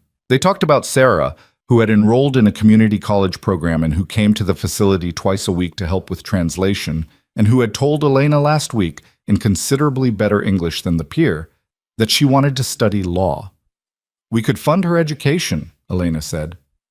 Already done, Luca said. Vasquez asked me 3 weeks ago. She looked at him. You didn't tell me. You were managing 17 other things. I managed this one. She considered arguing that she should have been told and decided instead that this was what partnership actually looked like in practice. Not the performance of consultation on every decision, but genuine trust in each other's judgment, the confidence that the other person's choices were made from shared values even when you weren't in the room. She was learning that. It required the same unlearning as everything else. The habituated self-protection.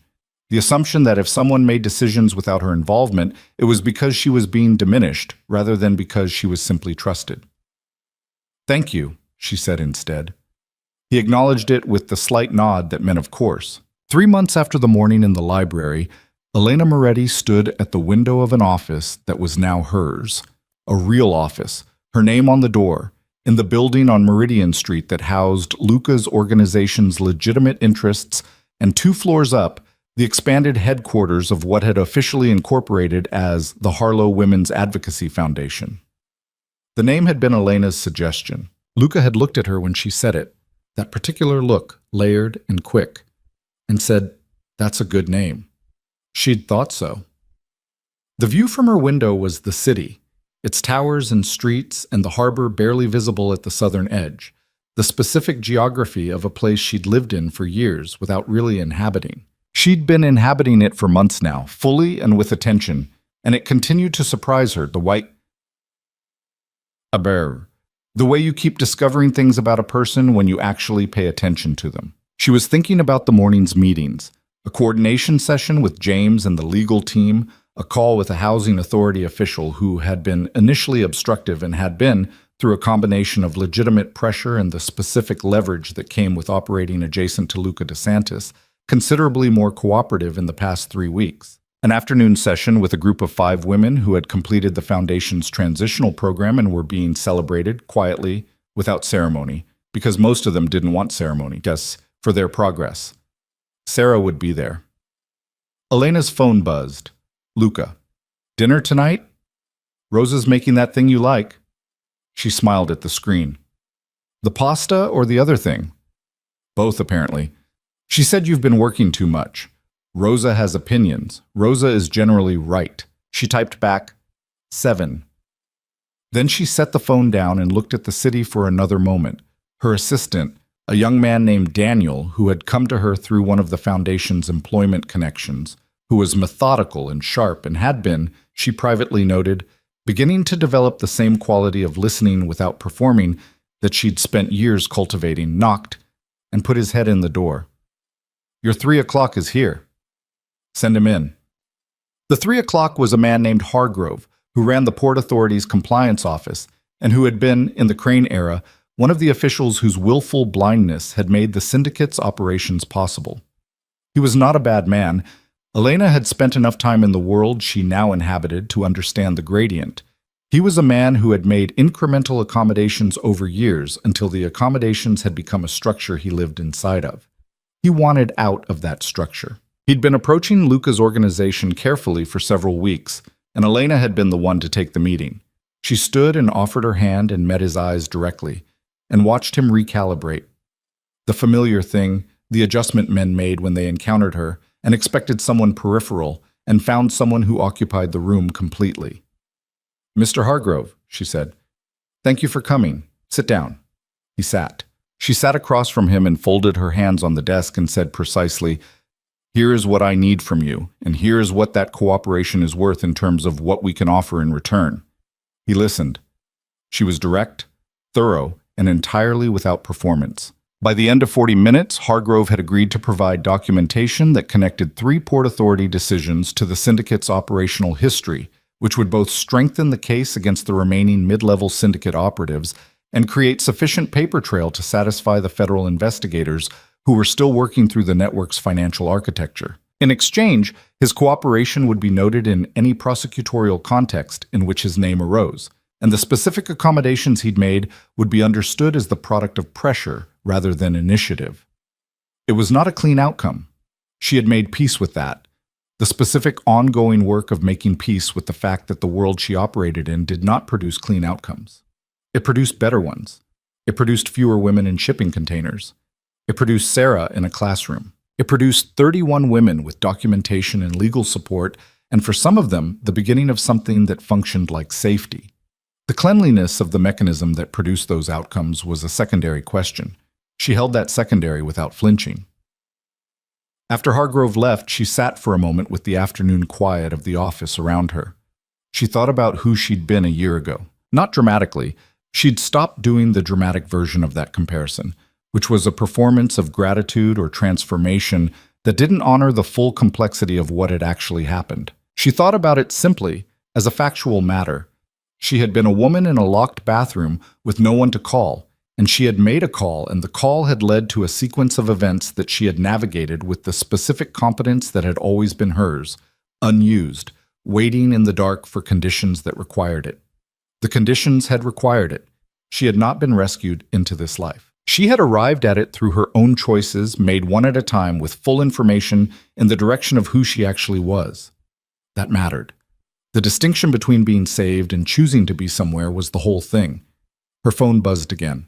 This time it was a different contact, one of the federal investigators working the syndicate's financial case, a woman named Agent Carver, who had been initially suspicious of any cooperation coming through Luca's channels, and had, over 3 months of evidence delivery and good faith communication, moved to a position of what Elena characterized as professional respect with residual wariness, which she considered appropriate. "The last financial chain is confirmed," the message read. "All remaining indictments will come down by end of month. Your contribution to this investigation is noted on record." She read it twice. Then she typed back, "Thank you for the work you've done." She meant it. She stood and walked to the window again. The late afternoon light was doing something specific to the city, turning the towers gold, flattening the shadows, creating the brief and extravagant illusion that everything was illuminated. She watched it for a moment, then turned back to her desk and pulled up the afternoon celebration's logistics. 5 women. Progress that deserved acknowledgement. She had work to do before 7. She did the work. The celebration was held in the Foundation's community room, a space that had started as a bare institutional rectangle and had been slowly transformed, over months, by the women who passed through it and the staff who worked in it, into something that felt inhabited. There were photos on one wall, not the women from Pier 7 who had the right to their privacy, but pictures of the city, of places and landscapes that represented the places these women had come from or hoped to go. Elena had started the wall. Others had added to it. It had become something she hadn't anticipated, which was one of the things she was learning about building things collaboratively. They always became something you hadn't fully planned. The 5 women that afternoon were at various stages of their new lives. One had enrolled in a nursing program. One had found an apartment and a job in the city and was building with the specific incremental determination of a person who has learned not to count on anything too quickly. One was preparing to travel back to her home country, now with documentation and legal status and the contacts to ensure her safety on arrival. 2 were still navigating their immediate situations, but navigating actively, with the resources and support to do so rather than in the isolating dark of before. Elena sat with them, not at the head of the room. Beside them, in the circle of chairs that Vasquez had established as the room's default arrangement because circles had no front. She listened more than she spoke. She answered questions when asked, practical questions, navigational ones, the kind that required someone who knew how the systems worked and where they bent. She told 2 of them about Sarah, who was studying contract law, and who had told Elena with characteristic directness that she planned to work in immigration advocacy because someone had to, and she might as well be someone who understood it from the inside. Afterward, when the room had emptied and she was gathering her things, Vasquez came and stood beside her. "You're different than you were 6 months ago," Vasquez said. Elena looked at her. "Is that your professional assessment?" "It's an observation." Vasquez had the quality of a person who gave compliments rarely enough that they arrived with full weight. "When you first came here with DeSantis, you were capable, clearly capable, but you were carrying something, holding yourself slightly apart from what you were doing, like you weren't sure you were allowed to fully be here." Elena was quiet. "You're not doing that anymore," Vasquez said simply, and then, with the efficiency that characterized everything she did, "Drive safe." And she was gone. Elena stood in the empty room for a moment. She looked at the wall of photographs, cities and landscapes and the enormous variety of what people called home. She thought about a bathroom floor and then she let that thought go, not because it was painful. It had become less painful, which was its own kind of information about what time and choice could do. But because she was done making it the fixed point she measured everything else from. It was a part of the story. It was not the whole story. It was not even, anymore, the most important part. She was the most important part, not in an isolated, self-sufficient way. That wasn't what she meant. She meant that who she was now, fully occupied and unminimized, present in her own life with her own authority, that was the point. That was what the story had been moving toward. She turned off the light and walked out. Luca was already home when she arrived at the penthouse at 6:45. She heard his voice from the hallway. He was on the phone, the distinctive cadence of end-of-day operational business. And she set down her bag and went to the kitchen where Rosa was doing the final stages of whatever she'd decided they were having, which smelled like garlic and something slow-cooked that had been going all afternoon. Rosa looked at her face. "Good day?" Rosa said. "Yes," Elena said, and meant it completely. She poured herself a glass of water and leaned against the counter and listened to the apartment around her. Luca's voice from the other room, the sounds from the kitchen, the city's ambient hum coming through the windows. And she felt something that she had been feeling with increasing frequency and that she was now able to name without deflecting. She was home. Not in the performed aspirational sense. In the simple, physical, actual sense of a person whose body and mind are in the same place and recognize it as the place they belong. Luca came in as she was looking out at the evening city, phone put away, jacket off, the end-of-day quality of a man moving from one mode to another. He stopped beside her at the window. They looked at the city together, the lights coming on in the towers, the harbor a dark stripe at the southern edge, the sky going from gold to purple to the specific dark blue that preceded night. "Hargrove came through," she said. "I heard." He glanced at her. "Carver?" "Indictments by end of month, everything tied off." He nodded, looked back at the city. "The housing expansion, the city planning contact came back with a revised proposal today, more favorable than the first." "I saw the summary." She paused. "We'll need to review the transitional support structure before we commit. The first proposal had gaps in the continuity of care between intake and independent placement." "I noted that too." He paused. "There's a meeting Wednesday." "I'll be there." They were quiet for a moment. The city's lights were fully on now, the harbor invisible in the dark, the sky gone entirely to night above the towers. "Rosa's going to be insufferable when we tell her about the wedding," Elena said. "Rosa has been insufferable about it since approximately the Harlow dinner," Luca said. "She's been managing her own timeline this whole time. We're just confirming what she's already planned." Elena smiled. "Should we be worried about that?" "Probably," he said. "She has opinions about venues." "Of course she does. Also about flowers, seating arrangements, and whether the music should be live or recorded. All valid opinions. She's going to want to be involved in all of it." "Good," Elena said simply. "Let her." He looked at her. That look, the particular one that was his most unguarded. "You don't mind?" "I mind things that actually warrant minding," she said. "Rosa caring about our wedding isn't one of them." He was quiet for a moment. Then, with that precise and unhurried quality, "I'm glad you're here." She turned to look at him fully. "I know," she said. "So am I." He took her hand, the ringed one, the one with the plain band and the dark stone, and held it the way he'd learned to hold it, which was to say simply and without ceremony and with the full deliberate weight of something chosen. Outside, the city breathed in the dark. The towers rose and the harbor moved, and somewhere across the city, 31 women were building lives from foundations they hadn't had a year ago, and Sarah was reading contract law in a library somewhere, and a legal division was processing cases that would change specific futures in specific ways, and the elaborate machinery of justice, imperfect, gray at the edges, requiring the kind of sustained tending that didn't make news, continued its slow and necessary work. And in a penthouse on the 34th floor, a woman who had once sat on a bathroom floor with nothing and no one, and had picked up a phone and called the most dangerous number she knew. That woman stood at a window with the city spread out below her and a ring on her hand and the future in front of her, and she was not afraid. She had not been rescued. She had been, by choice, by work, by the fierce and patient accumulation of her own capability, forged. Not the girl hiding behind a door anymore. Not the invisible woman reducing herself to the size of what was safe. not someone waiting for circumstances to allow her to begin. She was Elena Moretti DeSantis, and she was here, fully, in her own life, in the city that was hers as much as it was anyone's. And the desperate phone call that had once saved her life had not saved her at all. Not really. It had simply given her the conditions in which she could finally, completely save herself. The night was dark and beautiful and enormous. She looked at it without flinching. She was exactly where she chose to be.